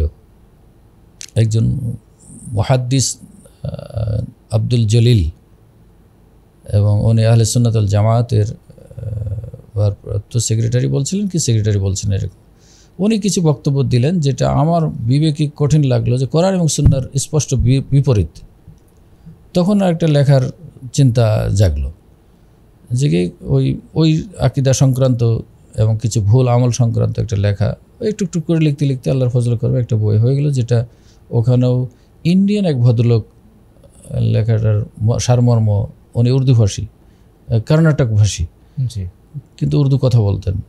তো আমার ওই লিখতাম দেখে উনি আসতেন প্রায় অফিসে, কী লিখছো? আমি বিষয়টা বুঝিয়ে বললাম যে এই বিষয়ের লেখা আছে। তাহলে তুমি আমাকে দাও, আমি ছাপবো, তোমার ভাষাতেই দাও, আমি ছাপাবো, আমি বিতরণ করব। যাই হোক, প্রথম উনি ছাপালেন। তারপরে আমাদের এখন তো হাদিস ফাউন্ডেশন এটা ছাপে, কতিপয় বিভ্রান্তির অপনোদন, এটা গেল। এরপরে আরেকটা গেল হলো, আগ্রহটা একটু একটু বাড়ে, কিন্তু অলসতা তো ছাড়ে না। আরেকটা লিখলাম গীবাত, সেটাও এখান থেকে ছেপেছে, ওখানেও ছেপেছে। আরেকটা লিখলাম হলো প্রশান্তির সোপান দাম্পত্য জীবন, সেটাও ওখানেও ছাপা হয়েছে, এখানেও ছেপেছে। ওখানেও দিনী ভাইরাই ছেপেছে ফ্রি বিতরণের জন্য। এইভাবে আরেকটা লাস্ট লিখেছিলাম মুসলিম জীবনে গুরুত্বপূর্ণ মাসাইল ও ফাজাইল, বেশ কয়েকটা গ্রন্থ, বেশ প্রায় 250 পৃষ্ঠা মতো। তো সেটা ওখানে ছাপা হয়েছে, এখানে ছাপা হয়নি বিভিন্ন কারণে। তো এইটা এবার সংশোধন করে নিয়ে আসছিলাম, ডক্টর কাবিল ভাইয়ের সাথে কথা হচ্ছিল, কিন্তু বিভিন্ন কারণে এখনও এই অলসতা ছাড়ছে না। আর দেশে এসে একটু এদিক ওদিক দৌড়াতে বেশি হচ্ছে, এই হচ্ছে। আর কিছু অনুবাদ করা হয়েছে, ও দেশে ছেপেছে। তো এই ছিল অলসতার কারণে। আলহামদুলিল্লাহ, অলসতা আপনি অনেকবার বললেন, এর মধ্যে আমরা অনেক কাজ দেখলাম আলহামদুলিল্লাহ। দাওয়াতি ক্ষেত্রে আমি সৌদি আরবে দাওয়া অফিসের নির্দিষ্ট টেরিটরির মধ্যে কাজ করতে হতো, এবং তারা যে প্ল্যান দিত সে অনুযায়ী কাজ করতো। কিন্তু আমি ব্যক্তিগত উদ্যোগে, নিজের তাড়না থেকে, আল্লাহ যে আমাকে এই পর্যায়ে নিয়ে এসেছেন, আমি আল্লাহর কাছে তো জবাব দিতে হবে। সুতরাং সেই সূত্র ধরে আমি নিজে নিজে অনেক এলাকায় যেতাম, ওই দেশে সৌদি আরব রিয়াদে।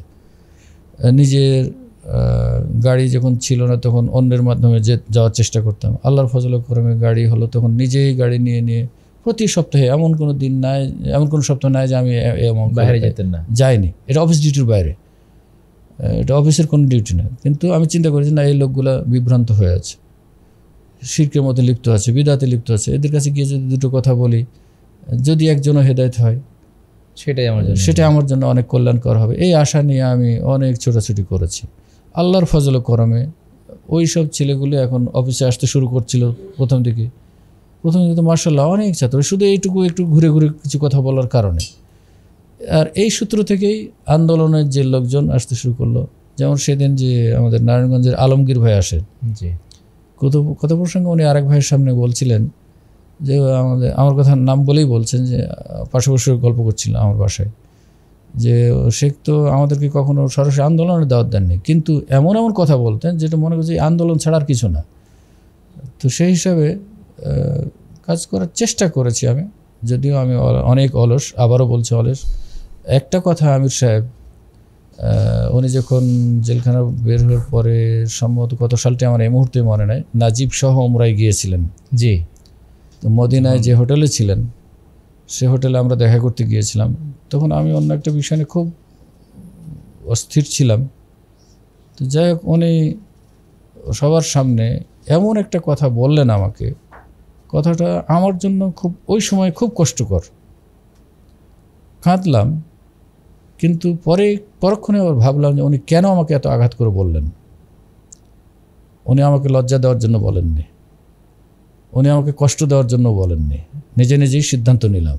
এই কথাটা তো আসলে আমার জন্য একটু লজ্জাস্কর এবং কষ্টকর, কিন্তু উনি বলেছেন, তার মানে উনি আমাকে লজ্জা দেওয়ার জন্য বলবেন এটা আমি মনে করি না, উনি আমাকে কষ্ট দেওয়ার জন্য বলবেন এটা আমি মনে করি না, বরং এইটা থেকে উনি বিপরীতে আমাকে এগিয়ে নিয়ে যাওয়ার জন্য বলেছেন। আমার মনে নিজেই সিদ্ধান্ত নিলাম যে না, নিশ্চয়ই উনি এই কথাটা বলেছেন আমাকে, তার মানে আমাকে আরও কিছু কাজ করতে হবে। তো সেটা আমি কাউকে বলিনি এখনো। আচ্ছা, ওইখানে যারা ছিলেন তারা শুনেছে, কেউ মনে আছে কিনা আছে জানি না, তো বলতেও চাই না।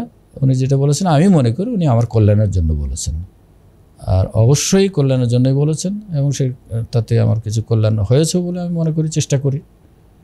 তো সেই হিসাবে উস্তাদ গুরুজনদের কথা সবসময় হয়তো ভালো না লাগলেও ভালো মনে করতে হবে, মনে করতে নিশ্চয়ই উনি আমার কোনো কল্যাণের জন্যই বলেছেন। জি, জাযাকুমুল্লাহু খায়রান। বারাকাল্লাহু ফিকুম। আর কিছু? জাযাকাল্লাহু খায়রান। আমরা অনেক দিনের শুনলাম আলহামদুলিল্লাহ, এবং আপনিও বেশ খোলামেলায় বলছিলেন কথা। হ্যাঁ, একদমই খোলামেলাই বললাম। আবারও বলছি যে এরকম কোনো সাক্ষাৎকার দেওয়ার মতো আমার কোনো যোগ্যতা নাই, কিন্তু শুধুমাত্র আপনাদের আহ্বানে আর আমার এই দুর্বলতার থেকে যেন কেউ শিখতে পারে যে আমার মতো দুর্বল হয় না, বরং আল্লাহ যে মেধা দিয়েছেন, চিন্তা দিয়েছেন, সেটাকে শ্রমের মাধ্যমে যেন আমরা এগিয়ে নিতে পারি নিজেকে, শুধু দুনিয়ার জন্য নয় বরং দিনকে সামনে রেখে ইখলাসের সাথে যদি লেখাপড়া করি তাহলে আল্লাহ দুনিয়াও দিবেন, আখিরাতও দিবেন। এটুকু আমি সর্বশেষ আহ্বান রাখতে চাই সকলের কাছে। জাযাকুমুল্লাহু খায়রান। শেখ, আপনার অসংখ্য ধন্যবাদ, অনেকক্ষণ সময় দিলেন। আলহামদুলিল্লাহ, আপনাকেও এবং আপনার সাথে যারা আজকে এই অনুষ্ঠান ধারণের ক্ষেত্রে সহযোগিতা করছেন, যারা প্রতিষ্ঠা করেছেন, যারা সার্বিক পরিচালনার ক্ষেত্রে চিন্তা, চেতনা, মেধা, অর্থ দিয়ে করছেন প্রকৃত দিন শেখার জন্য, আল্লাহ আমাদের সকলকে কবুল করুন। বারাকাল্লাহু ফিক।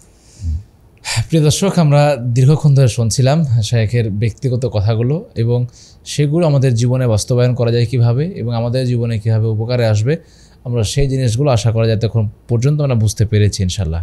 আমরা শায়েখের কাছ থেকে তার নরম দিল এবং তার বিনয়তা, নম্রতা, এই সমস্ত দিকগুলো নিতে পারি আলহামদুলিল্লাহ, এবং চেষ্টা করব আমাদের কার্যক্রমের মধ্যে খলুসিয়াত, ইখলাস, এই সমস্ত জিনিসগুলো নিয়ে আসার, এবং পরকালকে সামনে রেখে শুধুমাত্র সার্টিফিকেট অর্জনের জন্য নয়, আমরা জ্ঞান অর্জনের জন্য পড়াশোনা করি। মহান আল্লাহ তাআলা আমাদের সবাইকে সেই তৌফিক দান করুন, আল্লাহুম্মা আমিন। আমাদের সবাই যেন দোয়া করবেন, এবং পরবর্তী প্রোগ্রামটি দেখার জন্য আহ্বান জানিয়ে আজকের পর্বটি আমরা এখানে শেষ করছি। সুবহানাকা আল্লাহুম্মা বিহামদিকা, আশহাদু আল্লা ইলাহা ইল্লা আনতা, আস্তাগফিরুকা ওয়া আতুবু ইলাইক। আসসালামু আলাইকুম ওয়া রাহমাতুল্লাহি ওয়া বারাকাতুহু।